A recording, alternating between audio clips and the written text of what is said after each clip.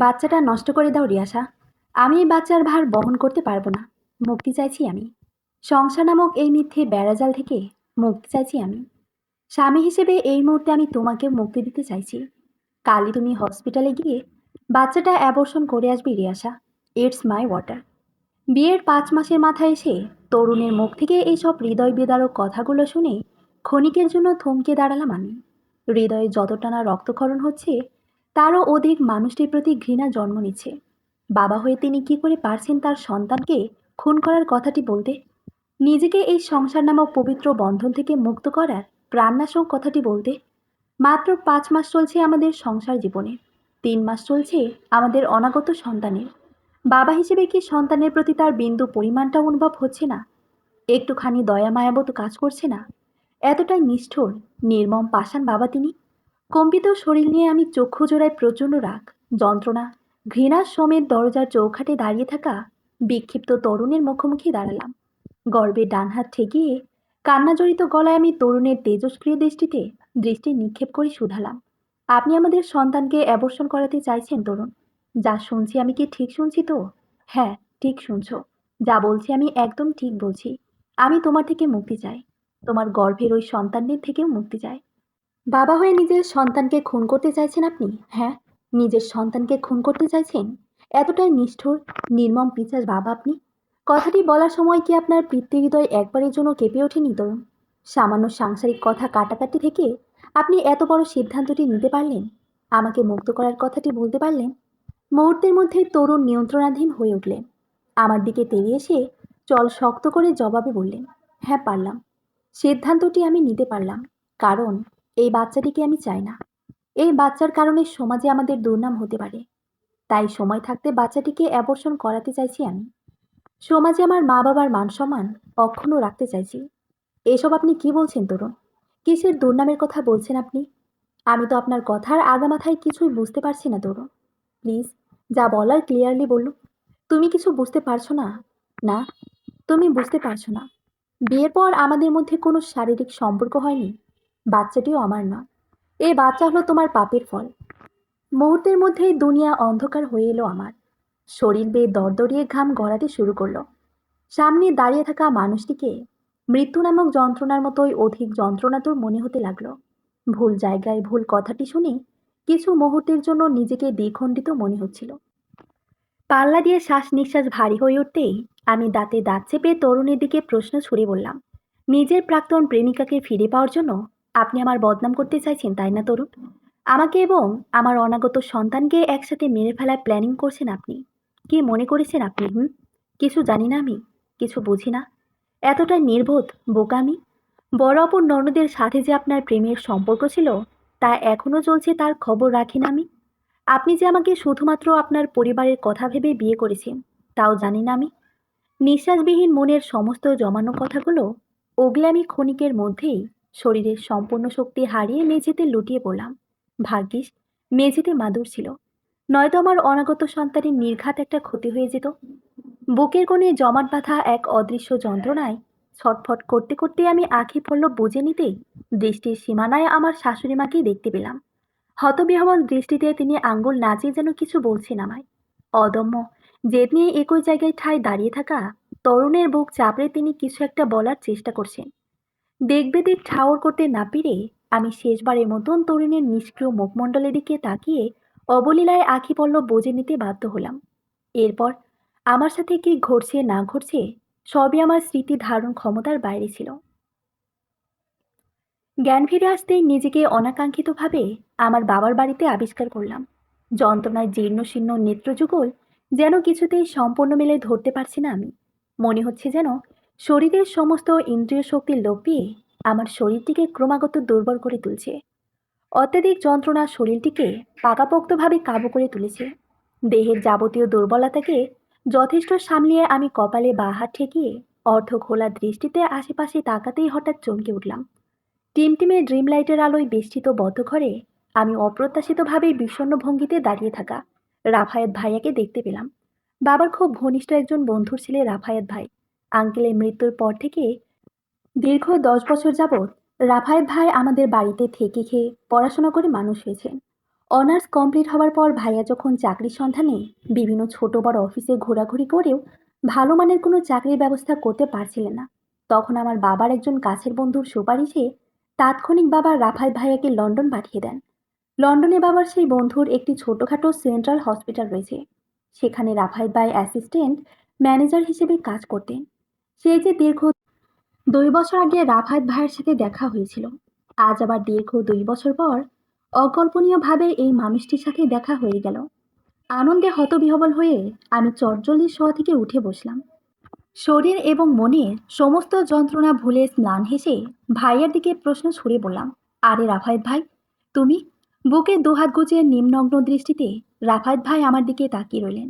দৃষ্টিতে অপার বেদনার ছাপ ফুটে উঠেছে লোকটির, যা আমি দূর থেকেই বেশ আন্দাজ করতে পারছি। তবে সেই অব্যক্ত বেদনার কারণ আমি আন্দাজ করতে পারছি না। কখন যে সেই বেদনা বিলীন হয়ে অশ্রুজলে রূপান্তরিত হয়েছে টেরই পেলাম না। রাফায়েত ভাই কাছেন, হ্যাঁ, তিনি নিঃশব্দে কেঁদে চলছেন।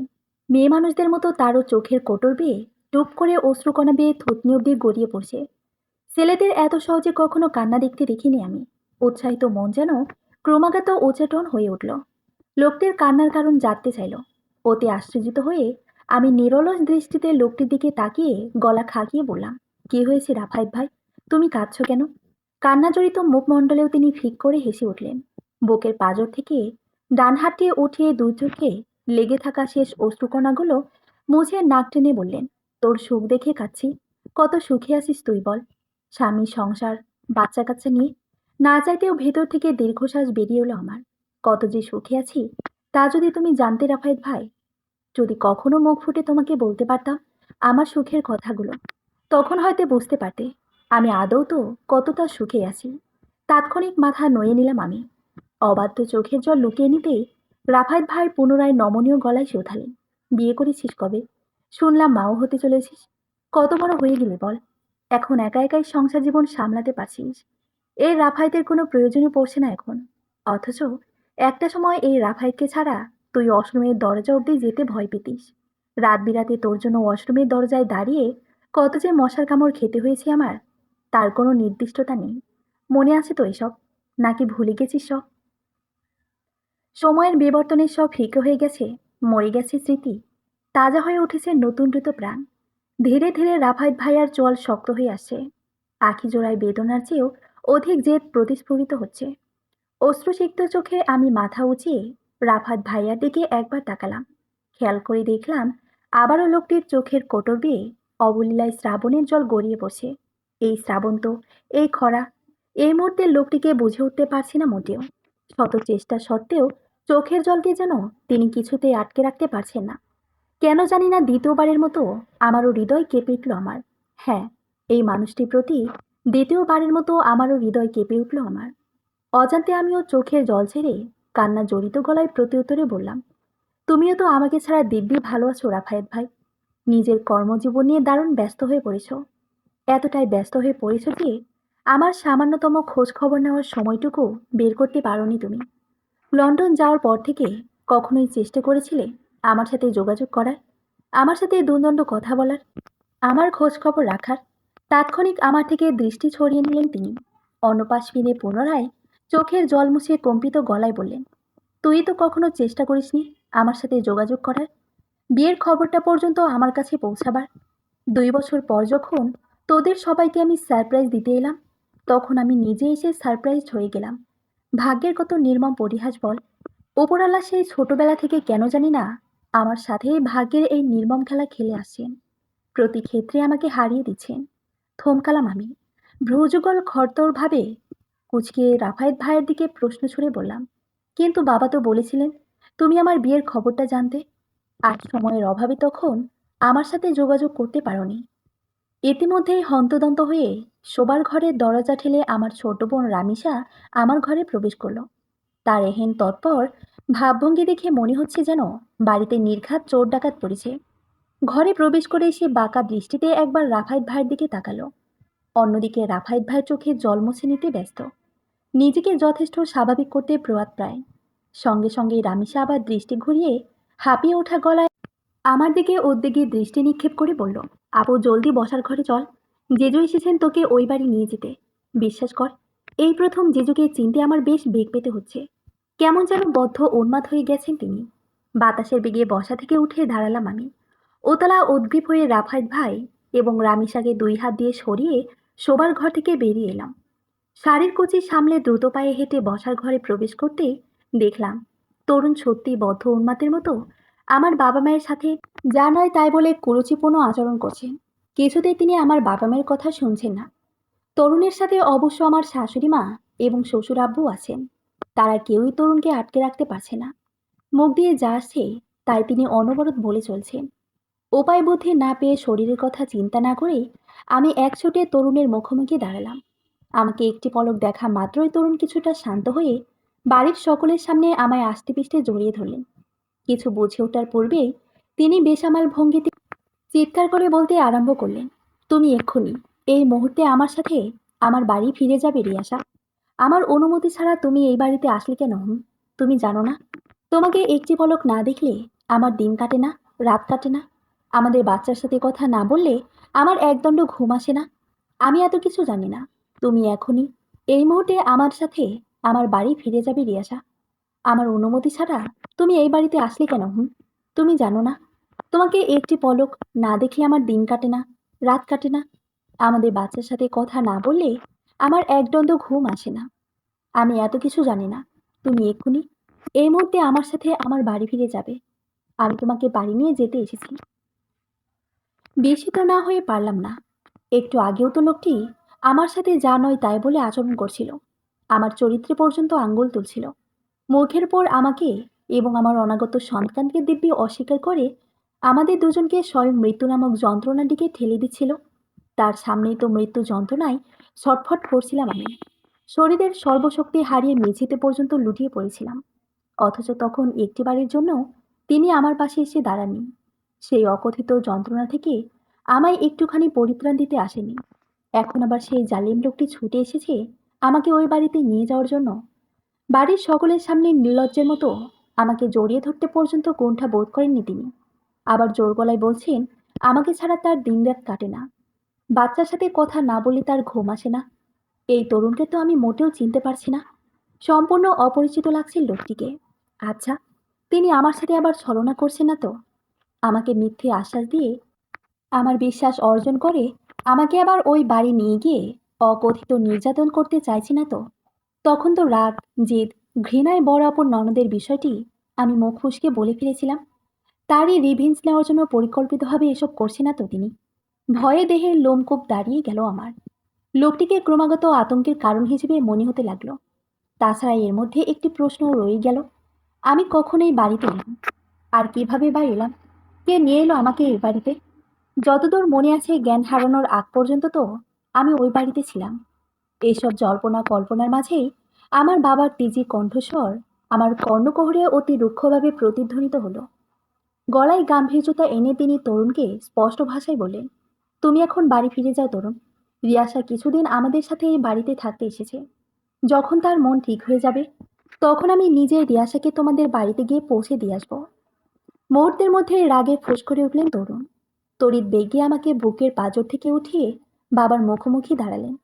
ঘাড়ের রগ টান টান করে তিনি হিংস্রাত্মক গলায় বাবার দিকে প্রশ্ন ছুড়ে বললেন, আমাদের মাঝখানে আপনি কথা বলছেন কেন? আমাদের মাঝখানে আপনি কথা বলার কে? তাছাড়া আপনি আমার অনুমতি ছাড়া আমার ওয়াইফকে ওই বাড়ি থেকে নিয়ে এলেন কেন? কে দিয়েছে আপনাকে এত বড় সাহস, এত বড় অধিকার? উপস্থিত সবাই আশ্চর্যিত হয়ে তরুণের দিকে তাকিয়ে আছে। বাবা থতমত খেয়ে চক্ষুজোড়া প্রকাণ্ড করে নির্বোধ দৃষ্টিতে তরুণের দিকে চেয়ে আছে। তার ব্যবহার দেখে সবাই হয়তো এতক্ষণে তাকে বেয়াদব ভাবতে শুরু করেছে। তরুণের ব্যবহারে বিশেষ করে আমি খুব বেশি আশ্চর্যিত। এর আগে কখনো তরুণকে আমি এভাবে বেয়াদবের মতো আচরণ করতে দেখিনি। কারো সাথে গলা উঁচিয়ে কথা বলতে দেখিনি। আমার সাথেও কখনো খারাপ আচরণ করেনি সে। সবসময় ভালোবেসে আচরণ করেছে। প্রয়োজনে যতটুকু সম্ভব পাশে থেকেছে। জানি না হঠাৎ কি হলো তার। রাতারাতি এত কঠোরভাবে কিভাবে সে পাল্টে গেল। যদিও বড় অপর ননদের সাথে তার কিছু একটা সম্পর্ক আমি আন্দাজ করতে পারি, তবে এর খারাপ প্রভাব কখনো আমার উপর পড়েনি। যদিও জানি না তাদের সম্পর্কটা আদৌতে একতরফা নাকি দুই তরফা। আন্দাজের বশে আমি একটু বেশি ভেবে ফেলছি না তো? তবে এসবের মধ্যে একটা জিনিস ক্লিয়ার হয়ে গেল, আমার বাবাই আমাকে ওই বাড়ি থেকে এ বাড়িতে নিয়ে এসেছিলেন। হয়তো শাশুড়ি মা কল করে বলেছিলেন তাই। তরুণের রাগের পরিমাণ বেগতিক বাড়তে লাগলো। রাগে এক প্রকার বিষধর সাপের মতো গমকিয়ে উঠছে সে। বাবাও এবার রাগে ফোঁস করে উঠলেন। দাঁতে দাঁত চেপে রুড় গলায় তরুণকে কিছু বলার পূর্বেই আমার শ্বশুর বাবা তরুণের বুকে হাত রেখে কান্নাজড়িত গলায় বললেন, শান্ত হ তরুণ, প্লিজ শান্ত হ। বড়দের সাথে এভাবে আচরণ করতে নেই বাবা। তোর শ্বশুর বাবা তো বলেছেন কিছুদিন পর তিনি নিজের রিয়াসাকে আমাদের বাড়িতে রেখে আসবেন। বিশ্বাস কর, তোকে ছেড়ে রিয়াসা কোথাও যাবে না। এবার অন্তত রিয়াসা তোকে ছেড়ে কোথাও যাবে না। প্লিজ বাবা, শান্ত হ তুই, প্লিজ। তরুণ এখনো তার জেদে অনড়। তার বর্তমান একরোখা ভাবভঙ্গি দেখে মনে হচ্ছে না শ্বশুর বাবার কথা সে আদৌতে কানে তুলেছে বলে। হুট করে শ্বশুর বাবাকে ডিঙ্গিয়ে তিনি পুনরায় আমার মুখোমুখি দাঁড়ালেন। রক্তিম আঁখি জোড়ায় আকস্মিক আমার হাত দুখানা চেপে ধরে মিনতির স্বরে বললেন, তুমি আমাকে ছেড়ে কোথাও যেও না রিয়াসা, প্লিজ কোথাও যেও না। খুব ভালোবাসি আমি তোমাকে। শুধু তাই নয়, আমাদের বাচ্চাকেও আমি ভীষণ ভালোবাসি। তোমাদের দুজনকে ছাড়া আমি অচল প্রায়। প্লিজ তুমি আমার সাথে এ বাড়ি ফিরে চলো। তোমাদের দুজনকে ছাড়া আমার এক মুহূর্ত ভালো লাগে না রিয়াসা। দম বন্ধ লাগে, মরে যেতে ইচ্ছে করে। রাগটা যেন চট করে মাথায় চড়ে বসলো আমার। নিয়ন্ত্রণাধীন হয়ে আমি রাগান্বিত মুখমণ্ডলে চল শক্ত করে প্রত্যুত্তরে তরুণকে বললাম, নাটক করতে এসেছো তুমি আমার সাথে? নাটক করতে এসেছো? একটু আগেই তো আমাকে এবং আমার অনাগত সন্তানকে মেরে ফেলার প্ল্যানিং করেছিলে তুমি। এখন আবার ভালো স্বামী সাজার অভিনয় করতে এসেছো? আমাকে এবং আমার পরিবারকে বোকা বানাতে এসেছো? কিয়ৎক্ষণের মধ্যে তরুণ চমকে উঠলেন। তাৎক্ষণিক তিনি মুখমণ্ডলে নির্বোধ ছাপ ফুটিয়ে তুললেন। ভ্রুযুগল অবিলম্বে ক্রুজকে তিনি আমার দিকে প্রশ্ন ছুড়ে বললেন, কি বললে তুমি? আমি তোমাদের মেরে ফেলা প্ল্যানিং করছিলাম? হ্যাঁ করছিলেন। আপনার চোখের সামনে আমি মেঝেতে পড়ে যন্ত্রণায় ছটফট করছিলাম। ফিরেও তাকাননি আপনি। পাশে দাঁড়ানোর প্রয়োজনও বোধ করেননি তখন। উল্টো আমার চরিত্রে আঙুল তুলেছিলেন আপনি। আমাদের সন্তানকে নষ্ট করতে চাইছিলেন। আমার থেকে মুক্তি চাইছিলেন। সঙ্গে সঙ্গেই তরুণ আমার হাতের শক্ত বাঁধনটি ছেড়ে দিলেন। দু চোখের টলমল জল নিয়ে তিনি নিচু গলায় আমার দিকে প্রশ্ন ছুড়ে বললেন, আমি সত্যি এসব বলেছিলাম তোমাকে? চোখের সামনে তোমাকে মৃত্যুর দিকে ঢেলে দিচ্ছিলাম? তোমার থেকে মুক্তি চাইছিলাম? বাচ্চাকেও নষ্ট করতে চাইছিলাম? হেঁচকে তুলে কেঁদে আমি চিৎকার করে বললাম, হ্যাঁ চাইছিলেন। আমাদের দুজনকে প্রাণে মেরে ফেলতে চাইছিলেন আপনি। এর কারণও আমার জানা আছে। বড় আপু ননদের সাথে যে আপনার প্রেমের সম্পর্ক আছে, তাই আপনি আমাকে এবং আমার সন্তানকে মেরে ফেলতে চাইছিলেন। এখন আবার এসেছেন আমাকে ওই বাড়িতে নিয়ে গিয়ে আমার সাথে দ্বিগুণ অত্যাচার করতে, আপনার নষ্টামির কাহিনী ধামাচাপা দিতে। যদি আমার সন্দেহ ঠিক হয়ে থাকে, তবে শুনে রাখুন তরুণ, আমি কিছুতেই আপনার সাথে কোথাও যাব না। আপনার বাড়িতে তো ভুলেও না। তেলে বেগুনে জ্বলে উঠলেন তরুণ। চোখের কোণে লেগে থাকা অশ্রুকণাগুলো মুছে তিনি পুনরায় আমার বাঁ হাতটি শক্ত করে ধরে আমাকে নিয়ে সদর দরজার দিকে এগিয়ে চলছেন এবং তেজি গলায় বলছেন, আমি জানি রাগ করলে তোমার মাথা ঠিক থাকে না, তদ্রূপ এখনও ঠিক নেই। তাই তুমি এত সহজে আমাকে যা তা বলতে পারছো। আমার সাথে বাড়ি ফিরে গেলেই তোমার মাথা ঠান্ডা হয়ে যাবে রিয়াসা। তখন আমার সম্পর্কে আর যা তা কথা বলতে পারবে না তুমি। তুমি তো চিনোই তোমার তরুণকে। পাগলের মতো জোরাচুরি করে আমি করুণ কণ্ঠে তরুণকে বললাম, প্লিজ তরুণ, ছাড়ুন আমায়। আমি আপনার সাথে ওই বাড়িতে ফিরে যেতে চাই না। আমি জানি আপনি আমার বাচ্চার ক্ষতি করতে চাইছেন, আমাদের দুজনকে একসাথে মেরে ফেলতে চাইছেন। বিশ্বাস করতে পারছি না আমি আপনাকে। আপনার প্রতি এখন শুধু আমার বিশ্বাসহীনতা এবং ভয় কাজ করে। পেছন থেকে আমার বাবা, মা, শ্বশুর, শাশুড়ি, ছোট বোন সবাই তরুণকে উচ্চ শব্দে ডেকে চলছে। তবে তরুণ কারো কথায় কানে তুলছে না। ননস্টপ নিজের মতো পাগলামি করেই চলছেন। এর মধ্যেই হঠাৎ মনে হলো পেছন থেকে কেউ আমার অন্য হাতটি খুব শক্তভাবে টেনে ধরল। আগ্রহ নিয়ে আমি অশ্রুসিক্ত চোখে পিছু ফিরে তাকাতে অনাকাঙ্ক্ষিতভাবে রাফায়েত ভাইকে দেখতে পেলাম। সঙ্গে সঙ্গে তরুণ থমকে দাঁড়ালেন। রক্তিম চক্ষুদয় পিছু ফিরে তাকাতেই তিনি স্বাভাবিকভাবে দাঁড়িয়ে থাকা রাফায়েত ভাইকে দেখতে পেলেন। একই সঙ্গে দুজনের দৃষ্টি মিলে যেতেই রাফায়েত ভাই দাঁতে দাঁত চেপে তরুণকে বললেন, রিয়াসা আপনার সাথে কোথাও যাবে না, ছেড়ে দিন ওর হাতটা। তরুণ গর্জে উঠলেন। তীক্ষ্ণ গলায় রাফায়েত ভাইয়ের দিকে প্রশ্ন ছুড়ে বললেন, তুই কে? হ্যাঁ, আমাকে বাধা দেওয়ার তুই কে? রিয়াসা আমার ওয়াইফ। আমার অধিকার আছে রিয়াসাকে আমার সাথে আমার বাড়িতে নিয়ে যাওয়ার। ভালো হয় যদি তুই আমার ওয়াইফের হাতটা ছেড়ে দিস। অধিকার আছে বলে যে সর্বক্ষেত্রে জোরপূর্বক অধিকার খাটাতে হবে, তার কিন্তু কোনো বাধা ধরার নিয়ম নেই মিস্টার তরুণ। রিয়াস এখন আপনার সাথে কোথাও যেতে চাইছি না, তাই এই মুহূর্তে রিয়াসার ইচ্ছেকে প্রাধান্য দেওয়াটাই আপনার কর্তব্যের মধ্যে পড়ে। আর স্বামী হয়েছেন বলেই সব ক্ষেত্রে অধিকার খাটানোটা এবার বন্ধ করুন। মন থেকে মেয়েদের একটু বোঝার চেষ্টা করুন। মেয়েরা যখন না বলে তখন সেটা নাই, না মানে না, বুঝতে পেরেছেন আপনি? তুই যে হোস না কেন, তোকে আমি রিকোয়েস্ট করে বলছি, আমাদের সাংসারিক ব্যাপারে নাক গলাতে আসিস না প্লিজ। এখানে যা হচ্ছে সবটাই আমাদের স্বামী স্ত্রীর মধ্যকার ব্যক্তিগত বিষয়। রাফায়েত ভাই ক্ষিপ্ত হয়ে উঠলেন। হেঁচকা টানিয়ে তরুণের হাত থেকে আমার হাতটি ছাড়িয়ে তরুণের মুখোমুখি দাঁড়ালেন। রুদ্রাক্ষের ন্যায় লোহিত গলায় তিনি তরুণের দিকে প্রশ্ন ছুড়ে বললেন, কোনটা ব্যক্তিগত বিষয়? হ্যাঁ, কোনটা ব্যক্তিগত বিষয়? দুই পরিবারের সবার সামনে, বিশেষ করে গুরুজনদের সামনে দাঁড়িয়ে তাদের রীতিমতো অপমান করে বউকে জোর জবরদস্তি করা এখন ব্যক্তিগত বিষয় হয়ে দাঁড়িয়েছে? এই, আপনি জানেন না ব্যক্তিগত বিষয় শুধুমাত্র নিজেদের বেডরুম অবধি সীমাবদ্ধ থাকে, চার দেয়ালের বাইরে বের হয় না। অনর্গল কথাগুলো বলে রাফায়েত ভাই তেজির চক্ষুজোড়া নিয়ে আমার দিকে তাকালেন। দ্বিগুণ ক্ষিপ্ত হয়ে থাকা তরুণকে কোনো প্রত্যুত্তর করার সুযোগ না দিয়ে তিনি আঙ্গুল নাচিয়ে সশব্দে চিৎকার করে বললেন, তুই রুমে যা রিয়াসা, এই মুহূর্তে তোর পর্যাপ্ত রেস্ট প্রয়োজন। খবরদার, আমি না বলা অবধি রুম থেকে বের হবি না তুই। এখানে যা হবে আমি সব সামলে নিব। এত ভয় পাওয়ার কিছু নেই এতে, কান্না করারও কিছু নেই। ভুলে যাস না, রাফায়েত এখনো বেঁচে আছে, আগের মতোই তোর পাশে আছে। জীবনের শেষ নিঃশ্বাস অবধি রাফায়েত চেষ্টা করবে তোর পাশে ছায়া সঙ্গী হিসেবে থাকতে। চোখে জল বেঁধে থাকা অশ্রুকণাগুলো লুকিয়ে আমি মাথা দুলিয়ে হ্যাঁ সূচক সম্মতি জানালাম। রাফায়েত ভাইয়ার কথায় মোটামুটি আশ্বস্ত হলাম। কোনো দিকে কালক্ষেপণ না করেই আমি আঁচলে মুখ চেপে এক ছুটে নিজের বেডরুমে এসে প্রবেশ করলাম। তাৎক্ষণিক বিছানায় ওপর হয়ে শুয়ে পড়লাম আমি। বাঁধ ভাঙা অশ্রুজলে নিজেকে ভাসিয়ে চলছি অবিরত। এই মুহূর্তে তরুণকে বড্ড ভয়ঙ্কর, ছলনাময় এবং দ্বিগুণ রহস্যময় মনে হচ্ছে আমার। কেন জানি না মন বলছে, তরুণের এই আমূল পরিবর্তনের পিছনে যত রহস্য আছে, সব রহস্য নির্ঘাত আমার শ্বশুরি কিংবা শাশুড়ি মা জানেন। বসার ঘরে তাদের অদ্ভুত দৃষ্টিভঙ্গি দেখেই খানিকটা আঁচ করতে পেরেছিলাম আমি। তবে এর আগে আমার আরও একটি বিষয় নিশ্চিত হতে হবে। তা হলো বড় অপর ননদের সাথে পার্সোনালি কথা বলা কিংবা সরাসরি দেখা করা, তাদের মধ্যে আদৌ কোনো সম্পর্ক আছে কিনা বিনা সংকোচে তা জানতে চাওয়া। যদি ওনার কথার আকার ইঙ্গিতে কোনোভাবে বুঝতে পারি যে তাদের উভয়ের মধ্যে কোনো ভালোবাসার সম্পর্ক রয়েছে, তবে ধরে নিতে হবে তরুণ প্ল্যানিং করে আমাকে এ বাড়ি থেকে নিয়ে যেতে এসেছিল সঠিক জায়গায় সত্য কথাটি বলার অপরাধে আমাকে শারীরিক এবং মানসিকভাবে নির্যাতন করার জন্য। শরীর ক্রমাগত নিস্তেজ হয়ে আসছিল আমার। অতিরিক্ত কান্নার প্রভাবে আখি জোড়া জ্বালাপোড়া করতে শুরু করলো। গলা শুকিয়ে শুকনো কাঠে পরিণত হলো। ক্ষুধামন্দা বৃদ্ধি পেয়ে শরীরটিকে অত্যাধিক দুর্বল করে তুলছিল। সব মিলিয়ে অবস্থা আমার শোচনীয়। এই মুহূর্তে নিজের জন্য চিন্তা না করলেও আমার অনাগত বাচ্চার জন্য খুব চিন্তা হচ্ছে। নিজেকে অভুক্ত রাখা মানে তো আমার বাচ্চাটিকেও অভুক্ত রাখা। বাচ্চার কথা ভাবতেই উদ্বিগ্নতায় নাক মুখ কুঁচকে এলো আমার। আধ খোলা দৃষ্টিতে দেয়াল ঘড়ির দিকে উৎসুক দৃষ্টি নিক্ষেপ করতে দেখলাম ঘড়িতে রাত প্রায় 10টা বাজছে প্রায়।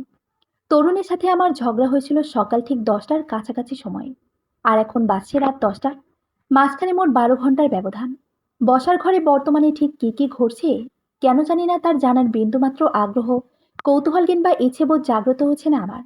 আপাতত পেট ভরে খেয়ে দিয়ে একটু ঘুমনটাই গুরুত্বপূর্ণ বলে মনে করছি। যাই হয়ে যাক, বাচ্চার জন্য আমাকে স্বার্থপর হতেই হবে, শক্ত হতেই হবে। ক্ষুধামন্দার শরীর বেগতিক অস্থির হয়ে উঠতেই আমি পেটে হাত রেখে অস্পষ্ট গলায় বিছানায় শুয়ে থেকেই রামিসাকে যতখানি সম্ভব ডাকতে শুরু করলাম। তবে আমার মিহির গলার স্বর হয়তো শোবার ঘরের দরজা পেরিয়ে বসার ঘর অবধি পৌঁছাচ্ছে না। তাই তো রামিসা আমার ডাকে সাড়াও দিচ্ছে না। জানি না এই মুহূর্তে বসার ঘরে ঠিক কী পরিমাণ জলোচ্ছ্বাস হচ্ছে। আদৌ দুই পরিবারের মধ্যে সব ঠিক আছে কিনা তাও জানি না আমি। তবে খিদের তাড়নায় ছটফট করতে করতে এক পর্যায়ে আমি ঘুমিয়ে পড়লাম। সেই ঘুম ভাঙল আমার মাথায় কারো আলতো হাতের স্পর্শে। কেউ অতি যত্নে আদরে ভালোবেসে আমার মাথায় হাত বুলিয়ে চলছে। মন তো চাইছিল তার যত্নে আরেকটু ঘুমিয়ে থাকি। তবে দেহের প্রখর অনুভূতিবোধগুলো অচিরেই আমাকে জাগ্রত করতে বাধ্য হলো। কৌতূহল, উচ্ছ্বাস এবং উদ্বিগ্নতা নিয়ে আমি আঁখি পল্লব মেলে ধরতে দৃষ্টিতে একরাশ মগ্নতা নিয়ে বসে থাকা রাফায়েত ভাইকে দেখতে পেলাম। জাগ্রত অবস্থায় আমাকে দেখা মাত্রই রাফায়েত ভাই মগ্নতা কাটিয়ে ম্লান হেসে উঠলেন। পুনরায় তিনি আমার মাথায় হাত বুলিয়ে দিতেই আমি তাৎক্ষণিক রাফায়েত ভাইয়ের হাতটি এক ঝটকায় আমার মাথার উপর থেকে সরিয়ে দিলাম।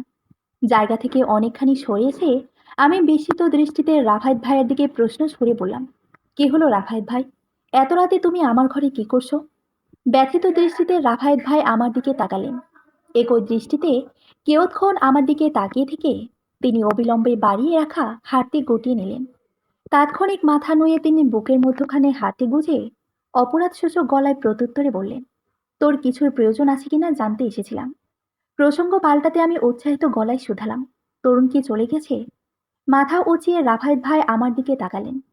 কিঞ্চিত মুহূর্ত মৌন থেকে তিনি বেদনাহত দৃষ্টিতেও ম্লান হেসে বললেন, কেন? তরুণকে খুব মিস করছিস? নেত্রকঠরে একটু একটু করে জল ভরাট হতে লাগলো আমার। সঙ্গে সঙ্গে চোখের জল ছেড়ে দিলাম আমি। কাতর গলায় প্রত্যুত্তরে বললাম, হুম। খুব ভালোবাসিস তরুণকে, তাই না? ভালো না বাসলে হয়তো 5 মাস তার সাথে সংসার করা হতো না। কিন্তু তরু তো তোকে ভালোবাসে না, থমকালাম আমি। অশ্রুসিক্ত আখি জোড়ায় প্রবল উদ্বিগ্নতা নিয়ে শুধালাম, কে বলল ভালোবাসে না? রাফায়েত ভাই ক্রোড় হেসে উঠলেন। ব্যগ্র গলায় বললেন, তুই নিজের মুখেই বলেছিলি তরুণের অন্য কারোর সাথে সম্পর্ক আছে। ও, মন থেকে বলিনি, আন্দাজের বশে বলেছি। খুব রাগ হচ্ছিল তাই। আর রাগ হলে আমার মাথা ঠিক থাকে না।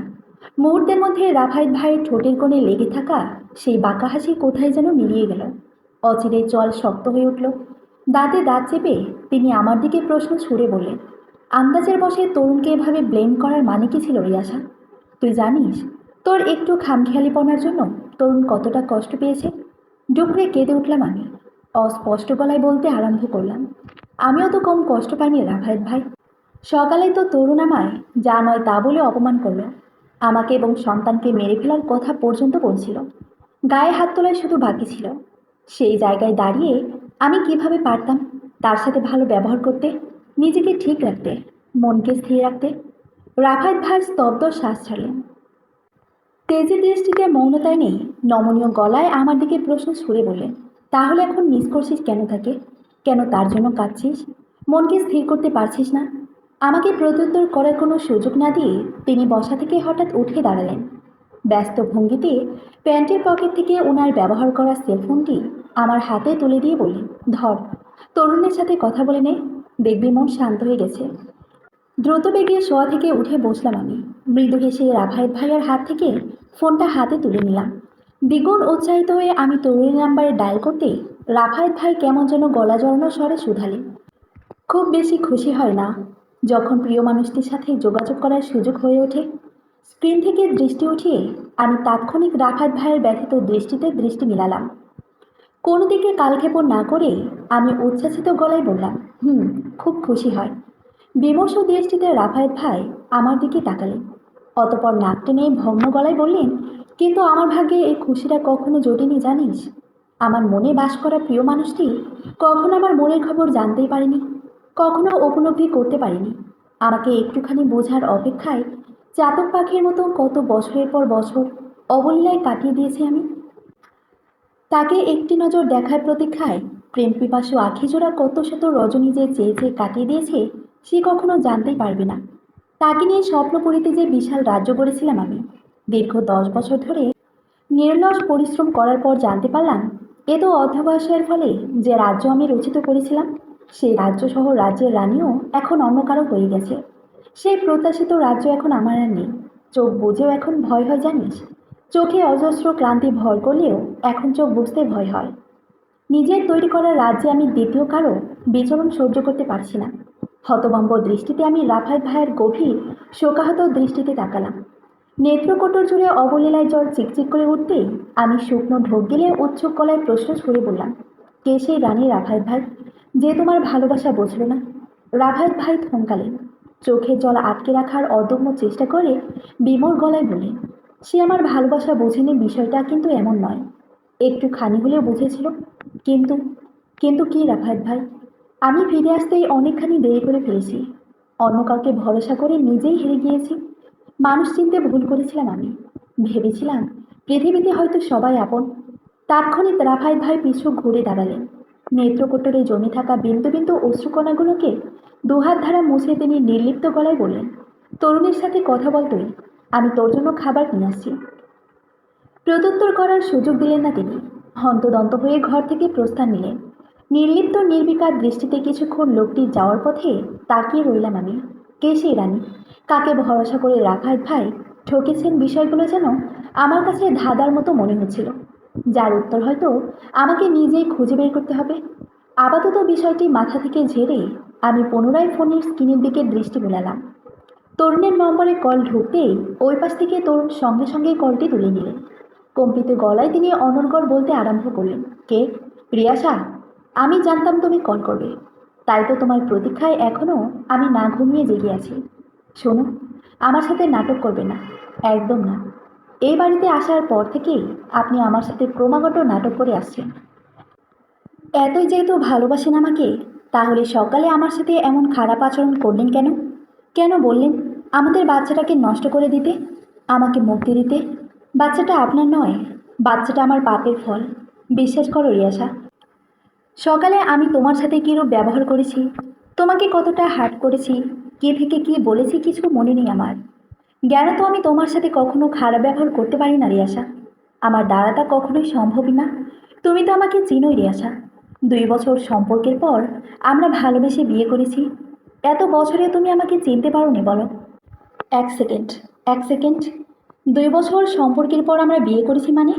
কি বলতে চাইছেন আপনি? বিয়ের আগে তো আমাদের মধ্যে কোনো প্রেমের সম্পর্ক ছিল না, আমাদের তো অ্যারেঞ্জ ম্যারেঞ্জ ছিল। সঙ্গে সঙ্গে তরুণ অতিরিক্ত চটে বসলেন। নমনীয় কণ্ঠনালীতে টইটুম্বুর জেদ ফুটিয়ে উচ্চ আওয়াজে বললেন, এই, পাগল হয়ে গেছো তুমি? হ্যাঁ, পাগল হয়ে গেছো? ভুলে গেছো সে 2 বছর আগেও আমরা প্রেমিক প্রেমিকা ছিলাম? অনেক সংগ্রামের পর আমরা এক হয়েছি, দুই পরিবারের সবাইকে বিয়েতে রাজি করিয়েছি। এখন তো মনে হচ্ছে তুমি আমার সাথে অভিনয় করছো, প্রতারণা করছো তুমি আমার সাথে। আমাকে বাড়ির সবার চোখে খারাপ এবং হীন প্রমাণ করার চেষ্টা করছো। হতভম্ব আমি, নিস্তব্ধ, নির্বিকার, নির্লিপ্ত। কে বলছে কি এসব তিনি? তার সাথে আমার দীর্ঘ 2 বছর প্রেমের সম্পর্ক ছিল মানে? অনেক সংগ্রামের পর আমরা বিয়ে করেছি মানে? ও আল্লাহ, কি হচ্ছে কি এসব? এসবের কিছুই তো আমার মাথায় ঢুকছে না। লোকটি নিজেও তো পাগল হচ্ছে, সাথে আমাকেও পাগল বানিয়ে ছাড়ছে। ইতিমধ্যে তরুণের তেজি কণ্ঠস্বর আমার অপ্রতুল ভাবনা চিন্তায় ব্যাঘাত ঘটালো। উচ্চ আওয়াজে চিৎকার করে তিনি পুনরায় শুধালেন, কি হলো? এখন কথা বলছো না কেন? কথা বলছো না কেন? আমাকে সবার চোখে খারাপ প্রমাণ করতে চাইছো তুমি, তাই তো? কি ভেবেছো তুমি, সবার চোখে খারাপ প্রমাণ করলেই আমি তোমাকে ছেড়ে দেব? এত সহজ আমার থেকে মুক্তি পাওয়া, আমার বাচ্চাকে আমার কাছ থেকে ছিনিয়ে নেওয়া? ওই রাখায়েত না টাকায়েত, তার সাথে তুমি নতুন করে সংসার বাঁধার স্বপ্ন দেখছো তো তুমি? তাকে বিয়ে করতে চাইছো তুমি? আর নয়, এই পর্যায়ে এসে লোকটিকে আর এক রক্তি সহ্য করা সম্ভব হচ্ছে না আমার পক্ষে। সব ঠিক ছিল, তবে মাঝখান থেকে লোকটি রাফায়েত ভাইয়ার বিষয়টি টেনে এনে আমাকে অত্যাধিক রাগিয়ে দিল। শ্রদ্ধা করি আমি রাফায়েত ভাইকে, যতটুকু প্রয়োজন ঠিক ততটুকুই সম্মান করি। অতীতে ওনার প্রতি আমার যেই সুখকর অনুভূতিগুলো কাজ করত, এখন আর সেই অনুভূতিগুলো কাজ করে না। এখন আমি বিবাহিতা, তরুণের সন্তান আমার গর্বে বেড়ে উঠছে। সেই জায়গা থেকে তরুণীর একদমই ঠিক হয়নি আমাদের সাংসারিক সমস্যার মধ্যখানে নির্দোষ রাভাত ভাইকে অযথা টেনে আনা। জবান এবার খুলতেই হবে আমার। তরুণকে কয়েকটা কড়া কথা শুনিয়ে তবেই মনকে শান্ত করতে হবে আমার। ভাবনা চিন্তা ভেঙে আমি অশান্ত দৃষ্টিতে ক্রোধ জড়ো করলাম। রুল গলায় প্রত্যুত্তরে বললাম, মুখ সামলে কথা বলুন তরুণ, এবার কিন্তু আপনি আপনার সীমা লঙ্ঘন করছেন। কতটুকু জানেন আপনি আমার সম্বন্ধে? হ্যাঁ, আমার রাফায়েত ভাই সম্বন্ধে? আমরা দুজনেই দুজনের বিবেকের কাছে যথেষ্ট স্বচ্ছ। আমাদের মধ্যে এমন কোনো রসালো সম্পর্ক তৈরি হয়ে ওঠেনি যে আপনি আমাদের মাঝখানে অকারণে রাফায়েত ভাইকে টেনে হেঁচড়ে আনবেন। এখন আমি বলতে বাধ্য হচ্ছি যে আপনার কুরুচিপূর্ণ ব্যবহারের জন্যই রাফায়েত ভাই বাধ্য হয়েছিল আপনার সাথে রূঢ় আচরণ করতে, গলা উঁচিয়ে আপনার সাথে কথা বলতে। আপনি নিজের দোষী, নিজের সম্মান হারিয়েছেন। বাড়ির সকলের সামনে আপনার নিজ মন মানসিকতার জন্যই আপনি সকলের চোখে খারাপ হয়েছেন। স্বার্থের আঘাত লেগেছে বলেই এখন আপনি আমার রাফায়েত ভাই সম্বন্ধে জানাই তাই বলছেন। আপনার সাথে ছলনার আশ্রয় নেওয়া তো দূর, আপনার সাথে এখন সংসার করাই আমার পক্ষে অসম্ভব হয়ে দাঁড়িয়েছে। পাগল হয়ে গেছেন আপনি, বুঝেছেন? মেন্টালি সিক আপনি। রাগে ফোঁস করে উঠলেন তরুণ, ঠিক বিষধর জঙ্গলি সাপেদের ন্যায়। আমার কথা সম্পূর্ণ শেষ হতেই তরুণ হিংস্র বাঘের ন্যায় আর্তনাদ করে কিছু বলার পূর্বেই আমি ঠাস করে কলটি কেটে দিলাম। এর মধ্যেই হঠাৎ রাফায়েত ভাই খাবারের থালা হাতে নিয়ে ধীর পায়ে হেঁটে আমার ঘরে প্রবেশ করলেন। রাফায়েত ভাইকে দেখা মাত্রই আমি হেঁচকি তুললাম। বিছানার চাদর খামচে ধরে ডুকরে কেঁদে বললাম, তরুণ পাগল হয়ে গেছে রাফায়েত ভাই। আমার বোন বলছে তরুণ পাগল হয়ে গেছে, তাই যা তা ব্যবহার করছে আমার সাথে। আগে কখনো তরুণ আমার সাথে এমন খারাপ ব্যবহার করেনি রাফায়েত ভাই। তরুণ সত্যি পাগল হয়ে গেছে। মুহূর্তের মধ্যে উদ্বিগ্ন হয়ে উঠলেন রাফায়েত ভাই।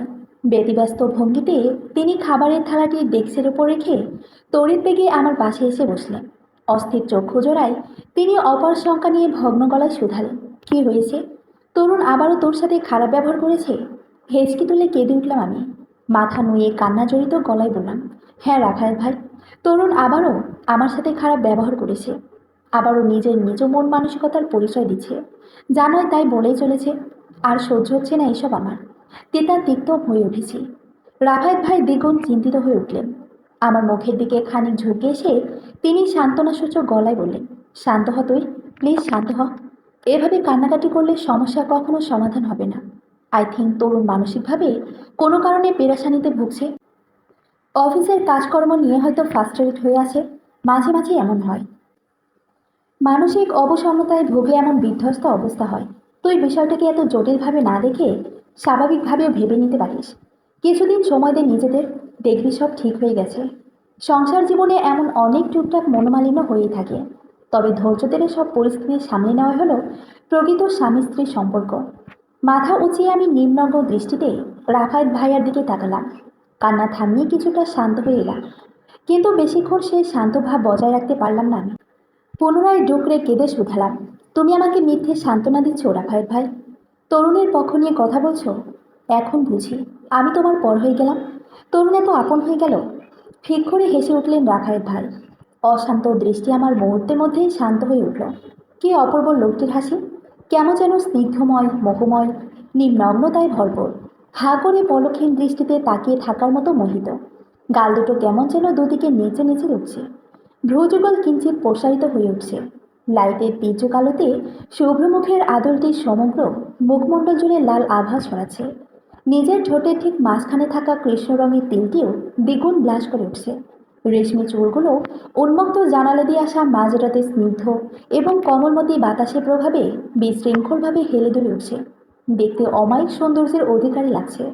দৃষ্টিতে অপার মুগ্ধতা ভর করে উঠতেই আমি তাৎক্ষণিক দৃষ্টি নুয়ে নিই। কিছুতেই দ্বিতীয়বারের মতো লোকটির এই মুগ্ধ করা সৌন্দর্যে নিজের দেহ এবং মনকে ভাসিয়ে দেওয়া চলবে না। এখন আমি বিবাহিতা, সম্প্রতি বাচ্চার মা হতে চলেছি।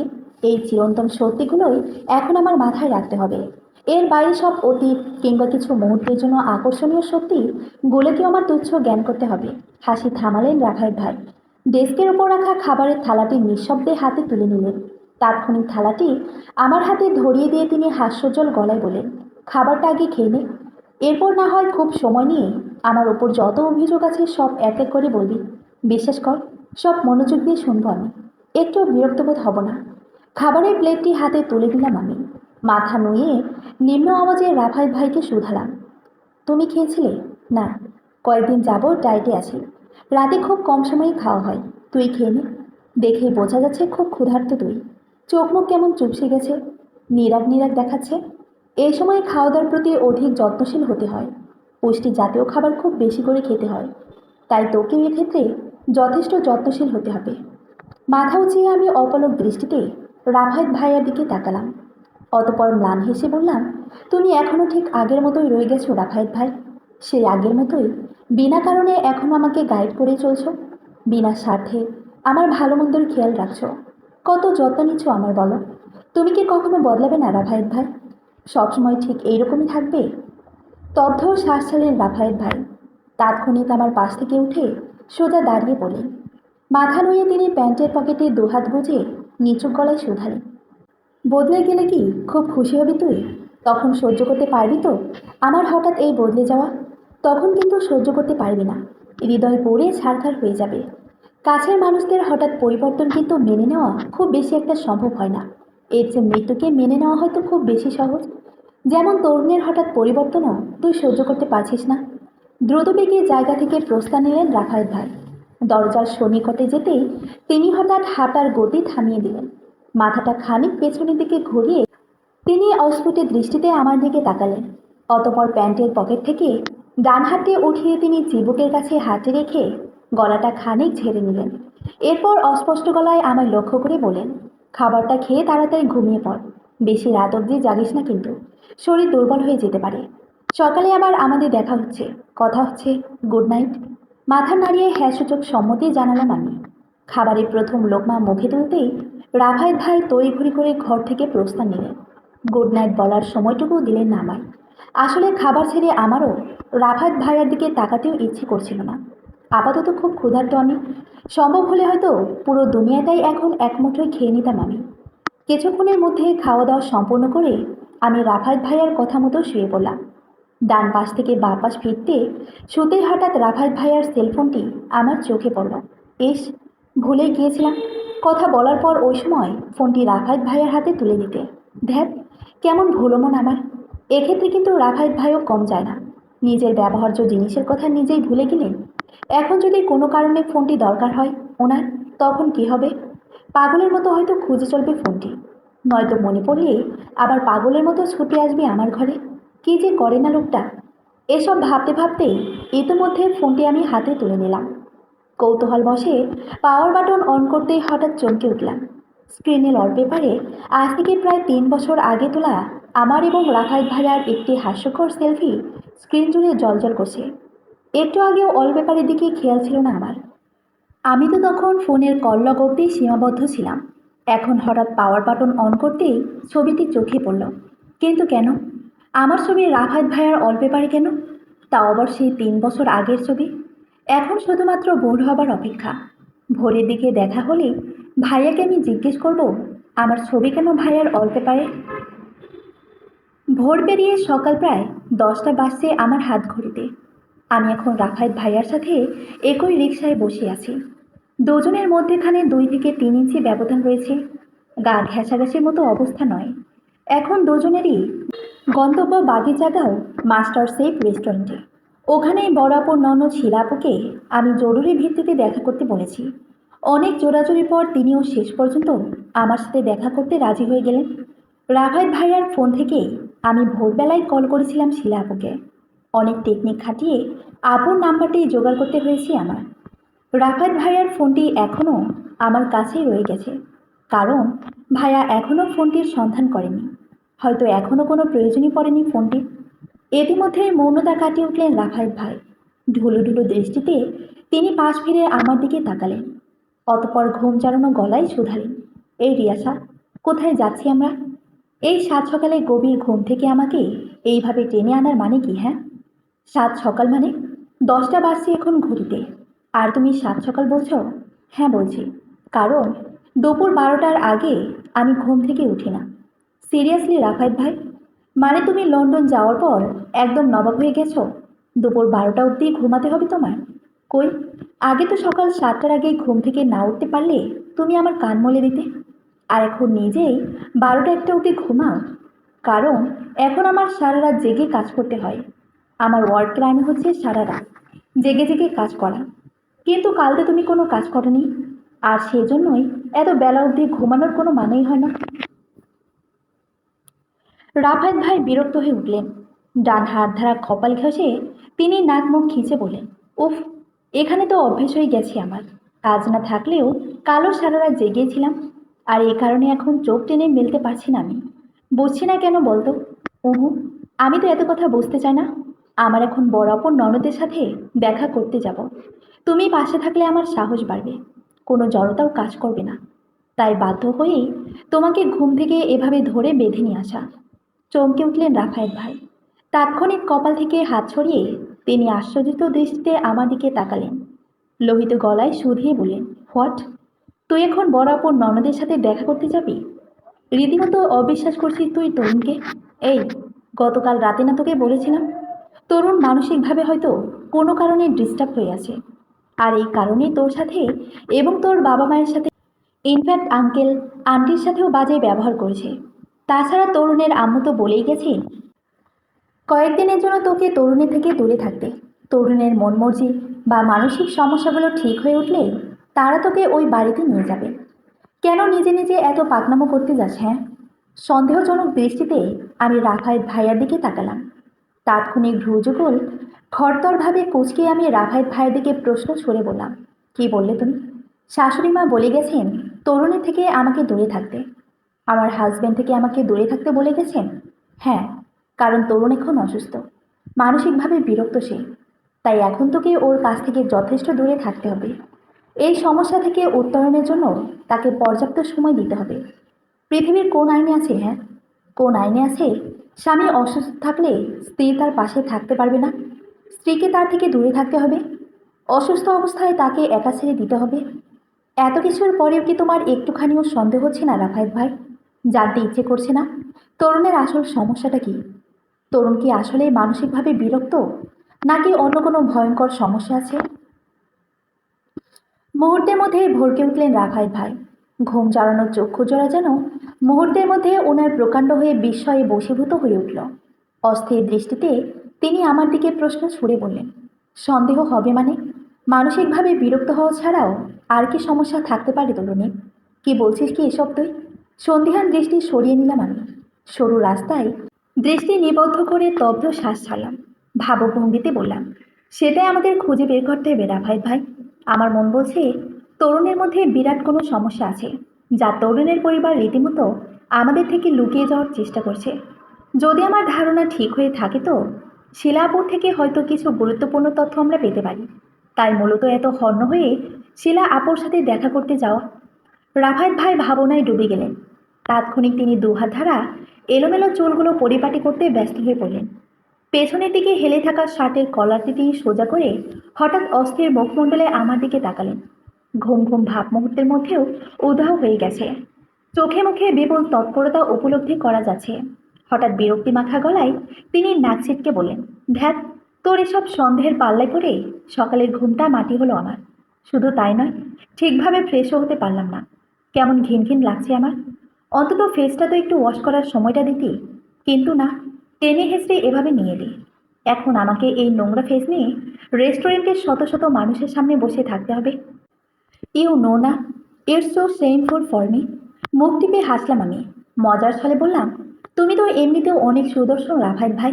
ফেস ওয়াশ করলে কি বা না করলে কি, বেশি কিছু না।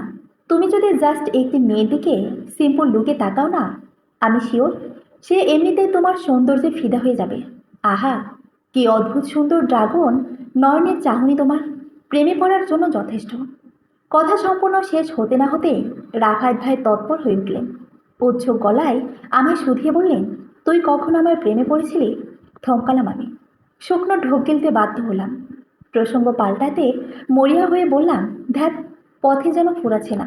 না জানি শিলাপু কতক্ষণ যাবৎ আমাদের জন্য অপেক্ষা করছেন। হয়তো খুব বিরক্ত হচ্ছেন আমাদের প্রতি। সঙ্গে সঙ্গেই তিনি আমার থেকে উৎসুক দৃষ্টি সরিয়ে নিলেন। নিশ্চয় বুঝতে পেরেছেন আমি প্রসঙ্গ ঘোরানোর চেষ্টা করেছি। সরু রাস্তায় ব্যথিত দৃষ্টি নিক্ষেপ করলেন তিনি। মেঘ জমেছে তার মনে। জানি না কি সে কারণ। আমার মুখ থেকে ঠিক কোন কথাটি শোনার জন্য তিনি হঠাৎ এত তৎপর হয়ে উঠেছিলেন। আমি তখনও তার প্রেমে পড়েছিলাম কিনা তা জানতে যদি বলি হ্যাঁ, শত সহস্রবার আমি তোমার প্রেমে পড়েছিলাম। তোমার মুগ্ধ করা চাহনির প্রেমে পড়েছিলাম। তোমার কথার মায়ায় নিগূঢ়ভাবে জড়িয়েছিলাম। তোমার বিরহে অষ্টপ্রহর কেঁদেছিলাম। তোমার একটুখানি ভালোবাসার অভাবে ভেতরে ভেতরে ডুকরে মরেছিলাম। তোমাকে হারানোর বিচ্ছেদে কাঙ্গাল হয়ে ঘুরেছিলাম। তবে কি তুমি ফিরে দিতে পারবে আমার সে হারানো দিনগুলো? তোমাকে ঘিরে আমার বিয়ের আগের সমস্ত অনুভূতিগুলো পারবে ফিরিয়ে দিতে?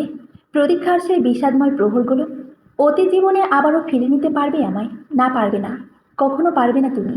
কারণ এখন আমি বিবাহিতা, স্বামী, সংসার, গর্ভে বেড়ে ওঠা বাচ্চাও আছে আমার। তাই এখন পুরনো অতীত ঘেটেও কোনো লাভ নেই। কোনোভাবে আমি অতীত ঘেটে বর্তমানকে অশুদ্ধ করতে চাই না। লোকটির ভগ্ন দৃষ্টি থেকে দৃষ্টি সরিয়ে নিলাম আমি। খেয়াল করে দেখলাম কিছুক্ষণ পর তিনি নাক টানছেন। শুনেছি মানুষের কান্না যখন চোখে জমে থাকে, চোখ ভাসিয়ে তারা কাঁদতে পারে না, তখন নাকি চোখের জলগুলো নাকের জল হয়ে গড়িয়ে পড়ে। অবশ্য শুধু শুনেছি বললে ভুল হবে, নিজের ক্ষেত্রেও অনেকবার তার প্রমাণ পেয়েছি। রাস্তা থেকে দৃষ্টি সরিয়ে রাফায়েত ভাই নিছক মৌন দৃষ্টিতে আমার দিকে তাকালেন। শোকাহত গলায় বললেন, ভাগ্যিস কখনো প্রেমে পড়িসনি। আমার এই ভাগ্যের সুখ কোথায় আছে? প্রেমে পড়লে হয়তো এতদিনে সুস্থভাবে শ্বাস নিতে বেঁচে থাকতে পারতাম না আমি। তোকে ঠকানোর যন্ত্রণায় ধুকে ধুকে শেষ হয়ে যেতাম। এক পাক্ষিক যন্ত্রণা না হয় এখন সহ্য করতে নিচ্ছি, দ্বিপাক্ষিক যন্ত্রণায় আমি নিঃস্ব হয়ে যেতাম। ওপরওয়ালা যা করেন নির্ঘাত ভালোর জন্যই করেন। কোনো রূপ ভাবান্তর হলো না আমার, কেবল দীর্ঘশ্বাস ছেড়ে মাথা নুয়ে নিলাম। এই মুহূর্তে লোকটির প্রতি দুর্বল হলে চলবে না আমার। নিজেকে শক্ত রেখে তরুণের সাথে জড়িত বর্তমান এবং ভবিষ্যৎ নিয়ে ভাবতে হবে আমার। বর্তমানে আমরা মাস্টার শেফ রেস্টুরেন্টে বসে আছি। দোতলা বিশিষ্ট রেস্টুরেন্টটি দেখতে কিছুটা বুফের মতো, যদিও সম্পূর্ণ বুফে নয়। দোতলার ঠিক ডান পাশের সারিটিতে আমাদের তিনজনের অবস্থান। জানালার পাশে দুই সোফা বিশিষ্ট টেবিলটিতে বসেছি আমরা।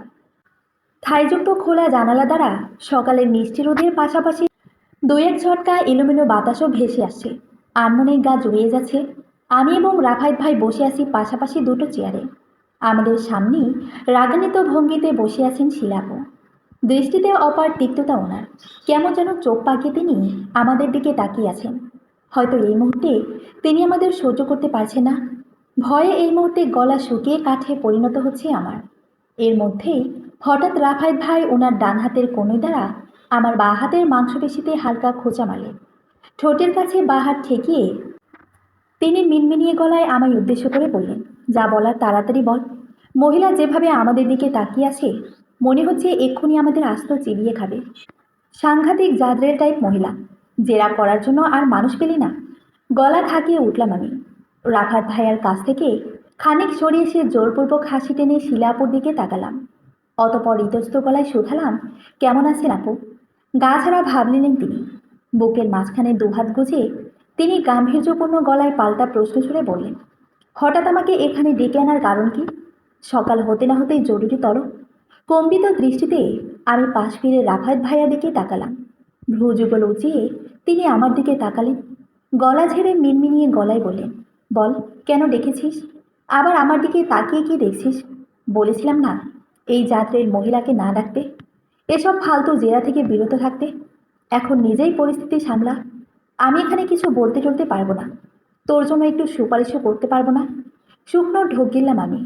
আসলে প্রসঙ্গ ঠিক কোথা থেকে শুরু করব তাই বুঝতে পারছিলাম না। তবুও কাচুমাচু দৃষ্টিতে আপুর দিকে তাকালাম।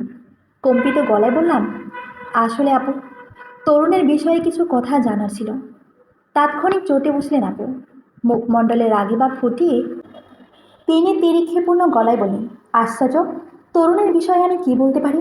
তরুণ অবশ্যই তোমার স্বামী। আমার স্বামী নয় যে আমি তরুণের বিষয় নিয়ে ঘুরব, তার সম্পর্কে সব কিছু জেনে বসে থাকব। কোনো দিকে কালক্ষেপণ না করেই আমি স্পষ্ট গলায় বললাম, বিষয়টা আসলে এমন নয় আপু। আসলে আমি আনস্টেলি জানতে চাই তরুণের সাথে আপনার কোনো ব্যক্তিগত সম্পর্ক আছে কিনা।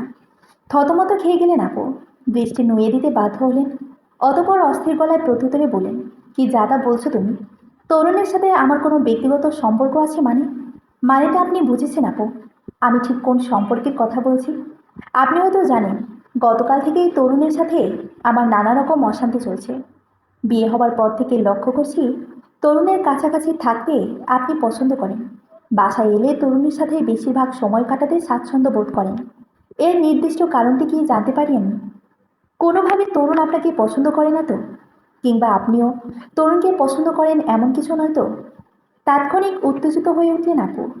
তড়িৎ বেগে বসা থেকে উঠে তিনি লোহিত দৃষ্টিতে আমার দিকে তাকালেন। অতপর দাঁতে দাঁত চেপে আমায় শাসিয়ে বলেন, লিমিট ক্রস করছো তুমি। নিজের গণ্ডির মধ্যে থাকার চেষ্টা করো। বেশি বাড়াবাড়ি করতে এসো না আমার সাথে। এর ফল কিন্তু ভালো হবে না। রাগে ফোঁসফোঁস করে আপু জায়গা পরিত্যাগ করতেই রাফায়েত ভাই বসা থেকে উঠে দাঁড়ালেন।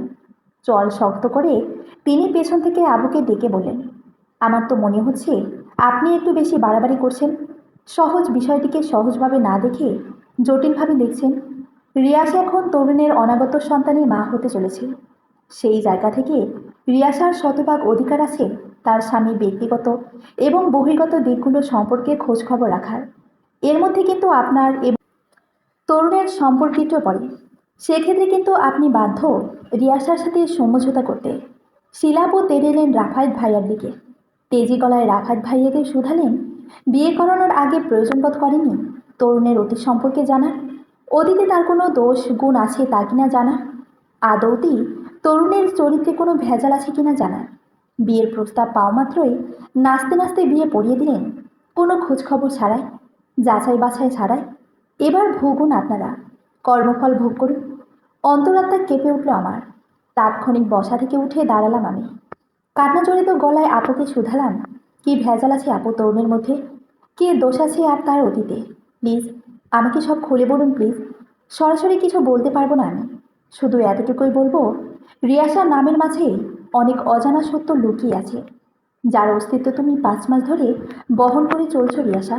তরুণ তোমার মাঝে অন্য কারো ছায়া খুঁজে পায়, ভাবে তুমি হয়তো সেই ছায়াধারী ব্যক্তি যাকে তরুণ নিজের জীবনের চেয়েও বেশি ভালোবাসত, এমনকি যার ভালোবাসায় তরুণ এখন পাগল হয়ে উঠেছে। দ্রুত পায়ে হেঁটে আপু প্রস্থান নিলেন। চোখের পলকেই যেন তিনি নিশ্চিন্ত হয়ে গেলেন। আমার আকস্মিক, উদ্বিগ্ন এবং হটকারী চাহনি এখনো আপুর যাওয়ার পথে সীমাবদ্ধ। ঘোর কাটিয়ে যেন কিছুতেই সম্বিত ফিরে আসছে না আমার। কি বলে গেলেন তিনি এসব? আমার নামের মাঝেই কোনো অজানা সত্য লুকিয়ে আছে। আমার মাঝেই তরুণ অন্য কারো ছায়া খুঁজে পায়, আর সেই ছায়াধারী ব্যক্তির ভালোবাসায় তরুণ এখন বদ্ধ উন্মাদ হয়ে উঠেছে। আদৌতে কি এসব সত্যি, নাকি আপু আমাদের সাথে ছলনা করছেন? আপুর ওপর থেকে সন্দেহের তীর ঘোরানোর জন্য আমাদের বিভ্রান্ত করার চেষ্টা করছেন? এই মুহূর্তে আমি দিক বেদিক শূন্য, হিতাহিত জ্ঞান শূন্য, কিছু বলার বা করার পরিস্থিতিতে নেই। দারুণ সিদ্ধান্তহীনতায় ভুগছি। ইতোমধ্যে রাফায়েত ভাই উদ্বিগ্ন চিত্তে আমার পাশে এসে দাঁড়ালেন। কপালে লিপ্টে থাকা বেসামাল চুলগুলো টেনে অতপর গলায় শুধালেন, মহিলাটি কি আসলে আমাদের সত্যি বলে গেলেন, নাকি নিজেকে বাঁচানোর জন্য আমাদের বোকা বানিয়ে গেলেন? শুকনো ঢোক গিলে আমি রাফায়েত ভাইয়ের দিকে তাকালাম। আবদার সূচক দৃষ্টিতে রাফায়েত ভাইকে শুধালাম, যাবে আমার সাথে আমার শ্বশুর বাড়িতে? শাশুড়ি মায়ের কাছ থেকে আমি আসল সত্যিটা জানতে চাই, অ্যাট এনি কস্ট। তিনি উৎকণ্ঠিত দৃষ্টিতে আমার দিকে তাকালেন, অতপর দগ্ধ শ্বাসে শান্ত গলায় বললেন, যাব, অবশ্যই যাব। তবে এর আগে তোকে শান্ত হতে হবে, নিজেকে স্থির করতে হবে। এরপর দুজন মিলে খেদে ওই বাড়ি যাব। আমি জানি তোর খিদে পেয়েছে এখন, আগে নিজেকে ঠিক রাখতে হবে তো নাকি? নিজের বাচ্চার কথা আগে ভাবতে হবে না? ভুলে গেলে চলবে তুই এখন মা হতে চলেছিস? অপারগামী। তাই কথা না বাড়িয়ে ধপ করে চেয়ারে বসে পড়লাম। পেটে হাত রেখে মরসে আসা গলায় বললাম, অর্ডার দাও তাড়াতাড়ি, হালকা খাবার হলেও চলবে, বেশি সময় নেই কিন্তু আমাদের হাতে। তরুণের পাশে দাঁড়ানোটাই এখন মুহূর্তে আমার প্রতি গুরুত্বপূর্ণ। আমার কথা অনুযায়ী তিনি দ্রুত ওয়েটারকে ডেকে দিলেন। মেনু অনুযায়ী হালকা খাবারের অর্ডার করে দিলেন। খাবার আসার আগ অবধি তরুণের টেনশনে অনবরত কেঁদে চলেছি আমি।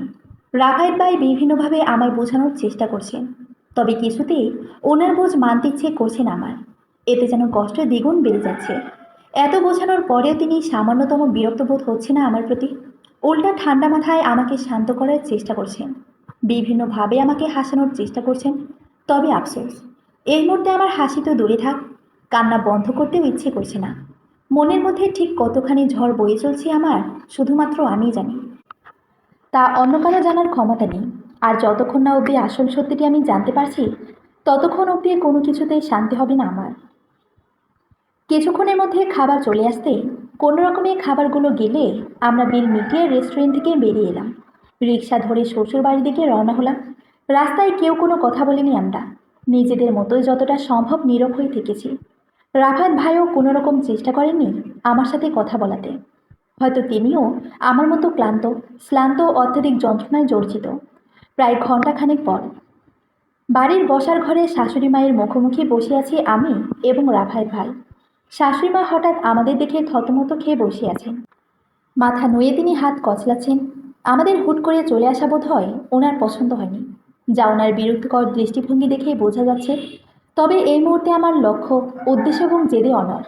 কোনো প্রতিকূল পরিস্থিতি আমাকে এই উদ্দেশ্য থেকে দূরে রাখতে পারবে না। তাৎক্ষণিক রাফায়েত ভাইয়ের পাশ থেকে উঠে দাঁড়ালাম আমি। সোফায় শাশুড়ি মায়ের পাশে ঘেঁষে বসলাম। রাগান্বিত দৃষ্টিতে শাশুড়ি মায়ের দিকে অনেকটা ঝুঁকে আমি অবলীলায় প্রশ্ন ছুড়ে বললাম, বলুন মা, তরুণ ঠিক কোন ধরনের মানসিক সমস্যায় ভুগছেন?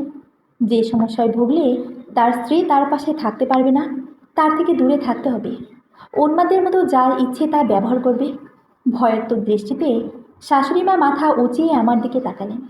একই দৃষ্টিতে কিছুক্ষণ আমার দিকে তাকিয়ে থেকে তিনি হঠাৎ দৃষ্টি সরিয়ে নিলেন। অন্য পাশ ফিরে কম্পিত গলায় বললেন, এ আবার কেমন ধরনের প্রশ্ন বৌমা? আমি তো তোমাকে জাস্ট কয়েকদিনের জন্য তোমার বাপের বাড়িতে বেড়ানোর সুযোগ দিয়ে এলাম। এখানে তুমি দোষের কি দেখলে? মিথ্যে বলছেন আপনি। তরুণের কোনো দুর্বলতাকে আপনি প্রাণপণে লুকানোর চেষ্টা করছেন। প্লিজ বলুন, কী সেই দুর্বলতা? দয়া করে আমাকে আর অন্ধকারে রাখবেন না মা। তরুণের ওয়াইফ আমি। সেই জায়গা থেকে আমার শতভাগ অধিকার আছে তরুণের প্রকাশ্য অপ্রকাশ্য সমস্ত সমস্যা সম্পর্কে জানার, তার ভালো মন্দ দিকগুলো জানার। অস্থির দৃষ্টিতে শাশুড়ি মা আমার দিকে তাকিয়ে রয়েছেন। অল্প সময় একই দৃষ্টিতে তাকিয়ে থাকার পর তিনি হঠাৎ আমার দুটো হাত শক্তভাবে আঁকড়ে ধরলেন। কান্নার জড়িত গলায় আমায় শুধালেন, কথা দাও আমায়, সত্যিটা জানার পর তরুণকে তুমি ছেড়ে যাবে না? মৃত্যুর আগ অবধি তরুণের পাশেই থাকবে? তরুণ এবং আমাদের কোনো প্রকার ভুল বুঝবে না। দৃষ্টি ঘুরিয়ে আমি রাফায়েত ভাইয়ের দিকে তাকালাম।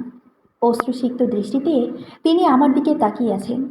তাৎক্ষণিক জোরপূর্বক হেসে তিনি ইশারায় মাথা নাড়িয়ে বোঝালেন শাশুড়ি মাকে কথা দিতে, আজীবন তরুণের পাশেই থাকতে। ডুকরে কেঁদে উঠলাম আমি। শাশুড়ি মায়ের হাত দুখানা শক্ত হাতে ধরে বললাম, কথা দিলাম মা, তরুণকে ছেড়ে আমি কোথাও যাব না। মৃত্যুর আগ অব্দি আমি তরুণের পাশেই থাকব। প্লিজ, আপনি এই নিয়ে কোনো দুশ্চিন্তা বা ভয় পাবেন না। তরুণের সমস্যাগুলো নির্দ্বিধায় আমায় খুলে বলুন। মৃদু হেসে উঠলেন শাশুড়ি মা। স্বস্তির শ্বাস ছেড়ে তিনি আমার দিকে তাকালেন। ভরসা পেয়ে তিনি অনর্গল বলতে আরম্ভ করলেন, রিয়াসা। রিয়াসার নাম ছিল মেয়েটির। আজ থেকে প্রায় 2 বছর আগে তরুণের সাথে কোনোভাবে প্রেমের সম্পর্কে জড়িয়েছিল মেয়েটি।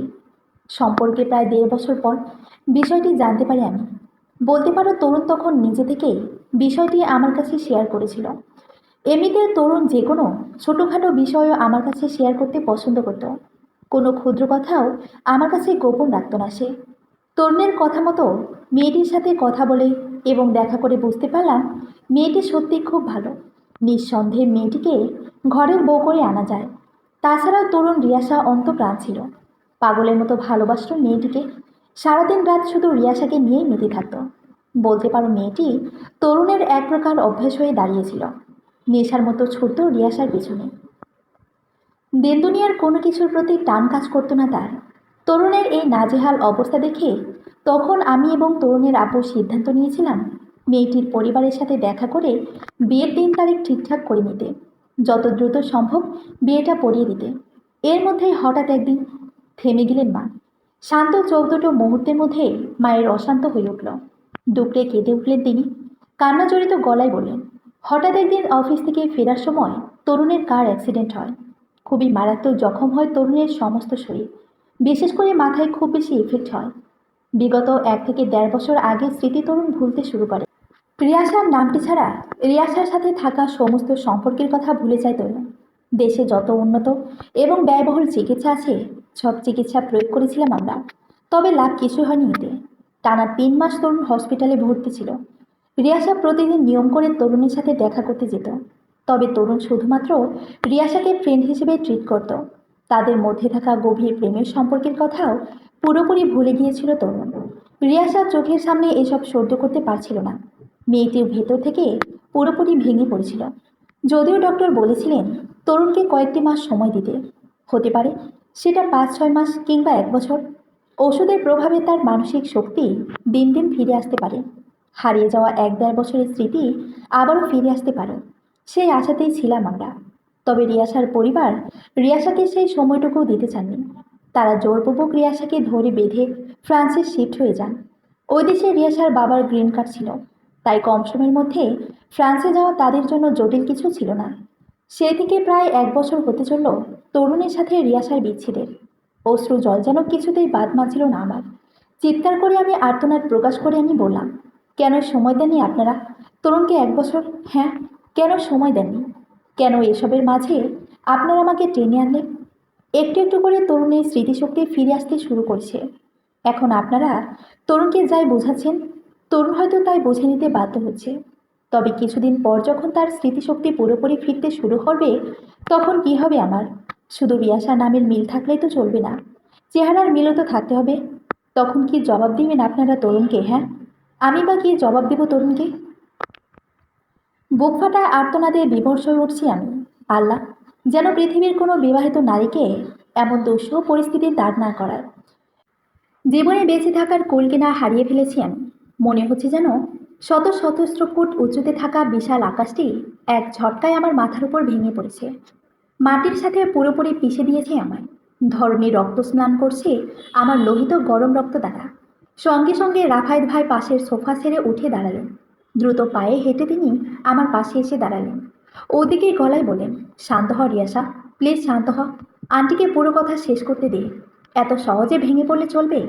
কিছু কিছু মুহূর্ত এমন আছে যে মুহূর্তগুলোতে নিজের আবেগ এবং ইমোশনকে ধরে রাখতে হয়, স্বাভাবিক থেকে পরিস্থিতি সামলে নিতে হয়। মাথা নুয়ে সোফার কভার খামচে ধরে বিরামহীনভাবে কেঁদে চলেছি আমি। কিছুতেই নিজের আবেগকে ধরে রাখতে পারছি না আমি। এত জ্বালা আর সইছি না প্রাণী। হঠাৎ করে জীবনে ভালো থাকার মোড় এত নিকৃষ্টভাবে পাল্টে যাবে দুঃস্বপ্নেও ভাবিনি আমি। কেন জানি না ছোটবেলা থেকে আমি যা ভাবি না বা ভাবতে চাই না, সেই ভাবনাগুলোই আমার জীবনে একের পর এক ঘটে আসছে। নিষ্পত্তি পাচ্ছি না এর থেকে। এর মধ্যে হঠাৎ অপ্রত্যাশিতভাবে আমার শাশুড়ি মা আমার পায়ের কাছে এসে বসলেন। তিনিও ডুকরে কেঁদে আমার হাত দুখানা চেপে ধরে বলতে আরম্ভ করলেন, মাফ করে দে মামা, প্লিজ মাফ করে দে। বাধ্য হয়ে তোকে তরুণের জীবনে আনতে হলো। মোটামুটি সুস্থ হওয়ার পর থেকেই তরুণ সারাক্ষণ রিয়াসা রিয়াসা করে বলি আওড়াতে লাগলো। তাকে দেখতে চাইতো, শুতে চাইতো, কথা বলতে চাইতো। তবে রিয়াসার সাথে তখন কোনোভাবেই আমরা যোগাযোগ করতে পারছিলাম না। কোনো পথে খোলা ছিল না তখন তার সাথে যোগাযোগ করার। এদিকে তরুণ রিয়াসার জন্য মরিয়া হয়ে উঠেছিল। বন্ধু হিসেবেও রিয়াসাকে পাশে চাইতে লাগলো। এর মধ্যেই হঠাৎ প্রায় 5 থেকে 6 মাস পর একদিন তোর সাথে একজন আত্মীয়ের বাড়িতে আমার অপ্রত্যাশিতভাবেই দেখা হয়ে যায়। তখন কথায় কথায় জানতে পারলাম তোর নামও রিয়াসা। প্রথম দেখাতেই তোকে আমার ভীষণ পছন্দ হয়ে গিয়েছিল। তাই আগপাশ না ভেবেই আমরা তরুণের জন্য তোদের বাড়িতে বিয়ের প্রস্তাব পাঠিয়েছিলাম। রিয়াসা নামের সাথে তোর নামের হুবহু মিল। তরুণ তোকে তাই সেই প্রেমিকা রিয়াসা ভাবতে শুরু করে। যদিও তখন সে রিয়াসাকে বন্ধু বলে জানত, তবে মেন্টাল ট্রমার মধ্যে থাকার কারণে সে রিয়াসার চেহারার গঠনের সাথে তোর চেহারার গঠনও আংশিক গুলিয়ে ফেলেছিল। তাই খুব সহজেই তোর সাথে তরুণের বিয়ে পড়ানো আমাদের জন্য সম্ভব হয়ে উঠেছিল। বিশ্বাস কর, আমি ওই মুহূর্তে চাইনি তরুণ তার অতীতের সেই প্রেমিকা রিয়াসাকে মনে রাখুক, তার জন্য কষ্ট পাক, তার জন্য আরও মানসিকভাবে দুর্বল হয়ে পড়ুক। আমরা আদৌ এটাও জানতাম না রিয়াসা আজও অবিবাহিত আছে কিনা, কিংবা রিয়াসা আর কখনো তরুণের টানে এই দেশে ফিরে আসবে কিনা। তরুণের ভবিষ্যৎ দিন দিন অনিশ্চিত হয়ে পড়েছিল। মা হয়ে ছেলের ভবিষ্যৎ নষ্ট করতে চাইনি আমি। তাই বাধ্য হয়ে তোকে তরুণের জীবনে জড়িয়ে দিতে হলো। আশ্চর্যের বিষয় কি জানিস, তুই তরুণের জীবনে আসার পর থেকেই তরুণ আস্তে আস্তে ধীরে ঠিক হতে লাগলো। ভুলে যাওয়ার স্বভাবটি একটু একটু করে কমতে লাগলো। মনে হচ্ছিল যেন জীবনে সে নতুন দিশা খুঁজে পেতে শুরু করলো। তোকে প্রথম দেখেই আমি বুঝতে পেরেছিলাম তুই পারবি আমার ছেলেকে সুস্থ করে তুলতে, তোর ভালোবাসা দিয়ে তরুণের অতীতে থাকা সেই রিয়াসাকে ভুলিয়ে দিতে, যে রিয়াসা এখন তরুণের জীবন থেকে অনেকটাই দূরে সরে গেছে। তরুণকে ছাড়াই হয়তো সে খুব এখন সুখী আছে, ভালো আছে, বর্তমানকে মেনে নিয়েছে। কান্না থামিয়ে অশ্রু ভারী দৃষ্টিতে আমি মাথা উঁচিয়ে মায়ের দিকে তাকালাম। দীর্ঘ কয়েকটি শ্বাস ছেড়ে শুধালাম, তরুণ পারবে তার অতীতের সেই ভালোবাসার মানুষটির জায়গায় আমার মেনে নিতে? পারবে এত সহজে আমাকে গ্রহণ করে নিতে? পারবে সে আমাকে, আপনাকে, বাবাকে ক্ষমা করে দিতে? তার অতীত জীবন ভুলিয়ে দেওয়ায় কি এতই সহজ মা? পাশ থেকে রাফায়েত ভাই ভগ্ন দৃষ্টিতে আমার দিকে তাকালেন। ব্যথিত মুখমণ্ডলেও তিনি ম্লান হেসে শুধালেন, তরুণ কেন তোকে রিয়াসার জায়গায় মেনে নিতে পারবে না বহু? কেন তোকে মন থেকে গ্রহণ করতে পারবে না? কেন তোর ভালোবাসায় রিয়াসাকে ভুলে যেতে পারবে না? বল কেন? তুই কি না পারিস বল? তুই তো সব পারিস। একজন মানুষকে যেমন তিলে তিলে মারতে পারিস, তেমনি অন্যজনকে বাঁচিয়েও তুলতে পারিস মনের দিক থেকে। তুই পারবি, অবশ্যই পারবি। আমি থাকবো তোর পাশে, তোর ছায়া হয়ে, তোর শুভাকাঙ্ক্ষী হয়ে। আমি দেখেছি হাসির আড়ালে লুকিয়ে রাখা রাফাত ভাইয়ার সেই কান্না মুখ। কান্নার ভেতরেও কোথাও না কোথাও সুখ লেখা আছে মানুষটির মুখে। খুব মহান এই লোক, ত্যাগের মহিমান সিক্ত। আমি জানি রাফায়েত ভাই জীবনে খুব ভালো একজন সহধর্মিণী পাবেন, যিনি রাফায়েত ভাইকে পৃথিবীর সমস্ত সুখ হাতের মুঠোয় এনে দিতে পারবেন। অতীতের সব আবেগকেও ঘুচিয়ে দিতে পারবেন এক নিমিষে। সেই দিনটি দেখার অপেক্ষাতেই থাকবো আমি। পলকের মধ্যে অশ্রুজল মুছে নিলাম আমি। পাশে রাখা সাইড ব্যাগ থেকে রাফাত ভাইটির সেলফোনটি বের করলাম। তাৎক্ষণিক ফোনটা ওনার হাতে তুলে দিয়ে আমি শক্ত গলায় বললাম, বাড়ি ফিরে যাও রাফায়েত ভাই। আমি তরুণের সাথে এই বাড়িতে থাকবো। তরুণকে পুরোপুরি সুস্থ করে তোলা না অবধি আমি কোথাও যাব না। যদি প্রয়োজন পড়ে তখন আমি তোমাকেও ডেকে নেব। আমি জানি তুমি আমার ডাককে কখনো অগ্রাহ্য করতে পারবে না। আর একটি কথা, সম্ভব হলে ওয়ালপেপারটি চেঞ্জ করে নিও। অনেক জিনিসে নজর দিতে নেই। নিষিদ্ধ জিনিসের প্রতি একরত্তি মায়াও প্রকাশ করতে নেই। এতে দেহমন অশুদ্ধ হয়ে ওঠে, অন্তর তার পবিত্রতা হারিয়ে ফেলে। নির্বিকার নির্লিপ্ত চাহনিতে তাকিয়ে থাকা রাফায়েত ভাইয়ার থেকে তাৎক্ষণিক দৃষ্টি ফিরিয়ে নিলাম আমি। দুহাতে চোখের শুকনো জলকণা মুছে শাশুড়ি মা এবং রাফায়েত ভাইকে উপেক্ষা করে সিঁড়ির দিকে পা বাড়ালাম। দ্রুত গতিতে সিঁড়ি টপকে আমাদের বেডরুমে সশব্দে করাঘাত করলাম। ভেতর থেকে দরজার খিল আটকানো। হয়তো তরুণ এই কাজটি করেছেন। প্রায় অনেকক্ষণ যাবৎ দরজায় করাঘাত করার পরও যখন তরুণ দরজা খুলে বের হয়ে আসছিল না, তখন আমি উচ্চ আওয়াজে তরুণের নাম ধরে ডাকতে আরম্ভ করি। প্রায় 6 থেকে 7টি দাগ দেওয়ার পর তরুণের ব্যতিব্যস্ত কণ্ঠস্বর অতি দ্রুতবেগে আমার কর্ণকুহরে ভেসে এলো। তড়িঘড়ি করে তিনি বিছানা ছেড়ে নামছেন আর ঘুম জড়ানো গলায় আমায় বলছেন, ওয়েট রিয়াসা, আমি আসছি। এতক্ষণ তোমার অপেক্ষাতেই ছিলাম আমি। তবে কখন যেন ঘুমিয়ে পড়েছিলাম বুঝতেই পারিনি। স্বস্তির শ্বাস ছাড়লাম আমি। বুকের পাঁজরে হাত রেখে আশ্বস্ত দৃষ্টিতে পিছে ফিরে নিজ তলার দিকে তাকাতে দেখলাম রাফায়েত ভাই এখনো স্তব্ধ চিত্তে আমার শাশুড়ি মায়ের পাশে দাঁড়িয়ে আছে। সে একই নির্লিপ্ত নির্বিকার নিস্তব্ধ চাহনি ওনার। মনে হচ্ছে যেন গভীর শোকের মাঝে তলিয়াছেন তিনি। সম্বিতে ওনার কিছুতেই ফিরে আসছে না। পাশ থেকে আমার শাশুড়ি মা কান্না জড়িত মুখমণ্ডলেও আমার দিকে তাকিয়ে মিটিমিটি হাসছেন। হয়তো তিনি ভীষণ সন্তুষ্ট আমার কাজে। এর মধ্যে তরুণ কপাট খুলে প্রবল উচ্ছ্বাসিত ভঙ্গিতে আমার মুখোমুখি এসে দাঁড়ালেন। সঙ্গে সঙ্গে রাফায়েত ভাইয়া থেকে দৃষ্টি সরিয়ে আমি আনন্দে প্রফুল্লিত তরুণের মুখপানে তাকালাম। চোখের কোণে নোনা জল ভাসছে লোকটির। ঠোঁটের কোণে ঝুলছে এক যুদ্ধ জয়ের হাসি। বেশিক্ষণ দৃষ্টি বলিয়ে রাখতে পারলাম না লোকটির দিকে। অতি আবেগে উদ্বেলিত হয়ে তিনি কিঞ্চিত মুহূর্তের মধ্যেই আমাকে ঝাঁপতে ধরলেন। বুকের মধ্যেখানে বিস্তর জায়গা জুড়ে আমাকে সর্বাঙ্গ চেপে ধরে তিনি পরম সুখদায়ক গলায় বললেন, আমি জানতাম তুমি ফিরে আসবে রিয়াসা।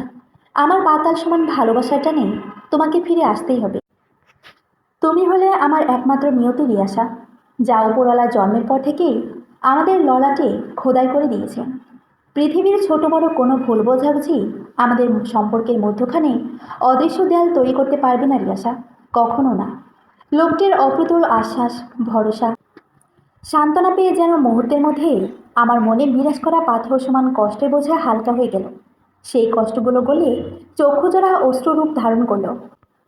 মনে পুষে থাকা অভিমানগুলো না চাইতেও বেরিয়ে আসতে লাগলো। অশ্রু সিক্ত গলায় তারা মনে মনে আওড়াতে করল, কেন ওপরওয়ালা, কেন কেন লোকটিকে আপনি এত বড় শাস্তি দিলেন? কেন লোকটিকে তার ফেলে আসা অতীত জীবনকে এভাবে ভুলিয়ে দিলেন? দিয়েছেন তো দিয়েছেন, এখন আবার সেই অতীত জীবন একটু একটু করে মনে করিয়ে দিচ্ছেন। কপাল থেকে আমার সুখ কেড়ে নিচ্ছেন। কি অপরাধ করেছিলাম আমি আপনার কাছে? হ্যাঁ, কোন সে অপরাধের শাস্তি আপনি আমাকে দিচ্ছেন? আমি জানি না ভবিষ্যতে ঠিক কী কী অপেক্ষা করছে আমার জন্য। কতখানি ত্যাগ, তিতিক্ষা, যন্ত্রণা অপেক্ষা করছে আমার জন্য। আমার বাচ্চার ভবিষ্যৎ ঠিক কী হতে চলেছে আমি তাও জানি না। তবে আপনার কাছে আমি আর কিছু চাই না মাবুদ। শুধু আপনি আমার সন্তানের ভাগ্যে তার বাবার আদর, ভালোবাসা, অধিকারটুকু বরাদ্দ রাখবেন। শুধু এতটুকুই। কান্নার মাত্রা ক্রমশ বৃদ্ধি পেয়ে আমার হেঁচকি তোলার পথে। সঙ্গে সঙ্গে তরুণ বুকের পাঁজর থেকে আমায় উঠিয়ে নিলেন। উদ্বিগ্ন দৃষ্টিতে তিনি আমার দিকে তাকালেন। বাঁ হাতটি আমার থুতনিতে রেখে তিনি ভগ্ন গলায় আমার দিকে প্রশ্ন ছুড়ে বললেন, কী হয়েছে রিয়াসা, তুমি কাঁদছো কেন? আবার কোনোভাবে তোমাকে হার্ট করেছি আমি? আমার ব্যবহারে তুমি কষ্ট পেয়েছো? এভাবে হঠাৎ জড়িয়ে ধরাতে তুমি খুশি হওনি? কাঁদতে কাঁদতে শ্বাস ক্রমাগত বেড়ে চলছিল আমার। তবুও গলায় খানিক দম সঞ্চয় করে আমি জবাবে বললাম, কিছু হয়নি আমার। এতদিন পরে আপনাকে কাছে পেয়েছি তো, তাই আবেগ ধরে রাখতে পারছি না। ফিক করে হেসে উঠলেন তিনি। মুহূর্তের মধ্যেই বাচ্চাদের মতো তিনি আমায় কোলে তুলে নিলেন। ওনার সুঠাম কাঁধে আমার মাথাটিকে ঠেকিয়ে তিনি মৃদু হেসে ভেতর থেকে দরজা আটকাতে নিতেই হঠাৎ দাঁড়িয়ে পড়লেন। শান্ত ভাগভঙ্গি ছেড়ে তিনি ক্ষণিকের মধ্যে আচমকা অশান্ত হয়ে উঠলেন। চল শক্ত করে শুধালেন, ছেলেটি কী করছে আমাদের বাড়িতে? হ্যাঁ, কী করছে? ছেলেটিকে বলে দাও রিয়াসা, তুমি আমার সাথেই থাকবে, আমাকে ছেড়ে কোথাও যাবে না। অনর্গল কথাগুলো বলেই তিনি মুখের উপর দরজাটি বন্ধ করে দিলেন। ঘটনার আকস্মিকতায় চোখ জোড়া খিচে বুঝে নিলাম। রাগে ফোঁসফোঁস করে তিনি আমাকে নিয়ে বিছানায় পাশাপাশি বসে পড়লেন। আমাকে সম্পূর্ণ অবাক করে দিয়ে তিনি হাঁটু গুজে আমার পায়ের কাছে এসে বসলেন। দু পায়ের হাঁটুতে মাথা ঠেকিয়ে তিনি শান্ত গলায় শুধালেন, কেমন আছো তুমি? ভালো ছিলে আমাকে ছাড়া? কম্পিত গলায় আমি জবাবে বললাম, না না। ম্লান হাসলেন তিনি। আত্মবিশ্বাসের সাথে বললাম, আমি জানতাম তুমি আমাকে ছাড়া ভালো থাকতে পারবে না। প্রসঙ্গ পাল্টাতে আমি তৎপর গলায় শুধালাম, খেয়েছেন আপনি? তোমাকে ছাড়া কখনো খেয়েছি? চলুন খাবেন। খাওয়ার পর ওষুধ খেতে হবে। দীর্ঘশ্বাস ছাড়লেন তিনি। হাঁটু থেকে মাথা উঁচিয়ে নিথর দৃষ্টিতে আমার দিকে তাকালেন। কেমন যেন বিদ্রুপান্ত গলায় বললেন, ওষুধ খাওয়ার আর প্রয়োজন কি? আমি তো এখন সুস্থ হয়ে গেছি। ভ্রুযুগল খরতরভাবে কুঁচকে নিলাম আমি। বিস্মিত গলায় শুধালাম, মানে? তাৎক্ষণিক মাথা নুয়ে নিলেন তিনি। স্মিত হেসে বললেন, আমি এখন পুরোপুরি সুস্থ রিয়াসা। অতীতের সব স্মৃতি, এমনকি বর্তমানে আমার সাথে যা যা কিছু ঘটেছে, সব কিছুই এখন আমার কাছে দিনের আলোর মতো পরিষ্কার। অতীত মনে রেখে আমি আমার বর্তমান নষ্ট করতে চাই না। আমার অনাগত বাচ্চার ভবিষ্যৎ নষ্ট করতে চাই না। হতবাক আমি, আশ্চর্যে বশীভূত। আমার এহেন খটকারী ভাবভঙ্গি দেখে তরুণ মাথা উঁচিয়ে নিমগ্ন দৃষ্টিতে আমার দিকে তাকালেন। হাত দুটো আঁকড়ে ধরে তিনি শান্ত গলায় বললেন, রিয়াসার খোঁজ নিয়েছি আমি। রিয়াসা ভালো আছে, তার হাজবেন্ডের সাথে সুখে শান্তিতে সংসার করছে। রিয়াসা যদি তার নতুন জীবন নিয়ে সুখী থাকতে পারে, তবে আমি কেন পারবো না বলো? আমিও তোমার সাথে সুখে শান্তিতে সংসার করতে পারবো। তাছাড়া আমি বাবা হতে চলেছি, তুমি হলে আমার বাচ্চার মা। সামনে আরও সুখকর জীবন আমার জন্য অপেক্ষা করছে। সেই জীবনের অপেক্ষাতে আমি আছি। আনন্দ অশ্রু ঝেড়ে পড়ছে আমার দু চোখ থেকে। আনন্দে হত বিহবল হয়ে আমি তরুণকে ঝাপটে ধরে বললাম, আপনি সব সত্যি বলছেন তো তরুণ? মন থেকে বলছেন তো সব? আপনি সত্যি আমাকে এবং আমার বাচ্চাকে মন থেকে মেনে নিচ্ছেন? ওহো, শুধু তোমার বাচ্চা নয়, আমাদের বাচ্চা। আমি তোমাদের দুজনকেই মন থেকে মেনে নিচ্ছি। রিয়াসার খবর কিভাবে পেলেন? রিয়াসার বেস্ট ফ্রেন্ড থেকে। মনে পড়বে না কখনো রিয়াসাকে? ওহো, আমার এই রিয়াসা হলেই চলবে। তরুণ ও শক্ত হাতে ঝাপটে ধরলেন আমায়। দুজনে খুশিতে আত্মহারা। তরুণকে বুকে নিতেই বুঝতে পেরেছি, আমি তরুণ যা বলেছে মন থেকে বলেছে। কোনো ছলনা নেই তার কথায় এবং অন্তরে। আজ থেকে আমার নতুন জীবন শুরু। সুখী বিবাহিত জীবন, সুখী সাংসারিক জীবন। কেটে গেল মাঝখানে 3 বছর। তরুণ এবং আমার ফুটফুটে একটি কন্যা সন্তান হয়েছে। তার বয়স চলছে 2.5 বছর। দেখতে একদম তরুণের মতো হয়েছে। সবার নয়নের মনে আমাদের মেয়ে তাবাসুম বিনতে তুলুন। তরুণ তো সারাক্ষণ তার মেয়েকে চোখে চোখে হারায়। মেয়ে হয়েছে পুরো বাবা অন্তপ্রাণ। বাবা ছাড়া যেন তার দুনিয়া অন্ধকার। আমার প্রতি তরুণের ভালোবাসাও দিন দিন বেড়ে চলেছে। চোখের আড়াল হলে লোকটি প্রায় মরিয়া হয়ে ওঠে। 2 বছর হলো রাফায়েত ভাই আবারও লন্ডন ব্যাক করেছেন। তিনি এখনও অবিবাহিত রয়ে গেছেন। এই জীবনে বিয়ে করবেন না বলে পণ করে রেখেছেন। যদিও জানি এর একমাত্র কারণ আমি। আমাকে ছাড়া তিনি এই জীবনে কারো হতে পারেননি, না কখনো পারবে। মাঝে মধ্যে ফোনে কথা হয় আমাদের। দুজন দুজনের হালচাল জিজ্ঞেস করি। বিয়ের প্রসঙ্গ উঠলেই লোকটি নিখুঁতভাবে প্রসঙ্গটি এড়িয়ে যান। বুঝেও তখন কিছু বলার থাকে না আমার। কারণ জীবন কখনো নিজের ইচ্ছের বিরুদ্ধে চলে না। পৃথিবীর প্রত্যেকটি মানুষের অধিকার আছে নিজের ইচ্ছে মতো জীবন চালনা করার। তাদের দলে হয়তো রাফায়েত ভাইও পড়েন। যদি কখনো ওনার সম্বিত ফিরে, তো তিনি দেশে ফিরে বিয়ে করবেন, নয়তো এভাবে একলা জীবন কাটিয়ে দেবেন। আমাদের সমাজে এমন অনেক রাফায়েত ভাই আছেন যারা নিঃসঙ্গতায় কাটিয়ে দেন সারাটি জীবন। হয়তো কারো প্রেমে ধোঁকা খেয়েছে, নয়তো কাছের মানুষদের করা বিশ্বাসঘাতকতায়। পরের বছর যখন রাফায়েত ভাই আমার কথায় দেশে ফিরলেন, তখনই ঘটিয়ে বসলাম এক কাণ্ড।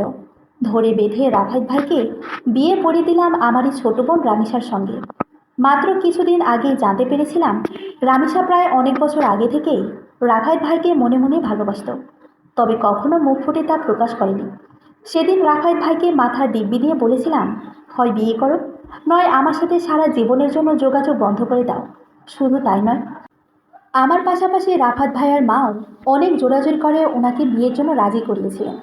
বিয়ের প্রায় 2 বছরের মাথায় এসে রাফায়েত ভাই মন থেকে রামিসাকে মেনে নিয়েছিলেন। রামিসার পাগলামিপূর্ণ ভালোবাসায় এক প্রকার তিনি বাধ্য হয়েছিলেন রামিসাকে মন থেকে মেনে নিতে। এখন তারা দুজনেই তাদের বিবাহিত জীবনে খুশি। দিব্যি সুখে চলছে তাদের সংসার। তাদের সুখে আমিও বেশ সুখী। তরুণ এবং আমার বিবাহিত জীবনও বেশ সুখে শান্তিতেই কাটছে। সমাপ্ত।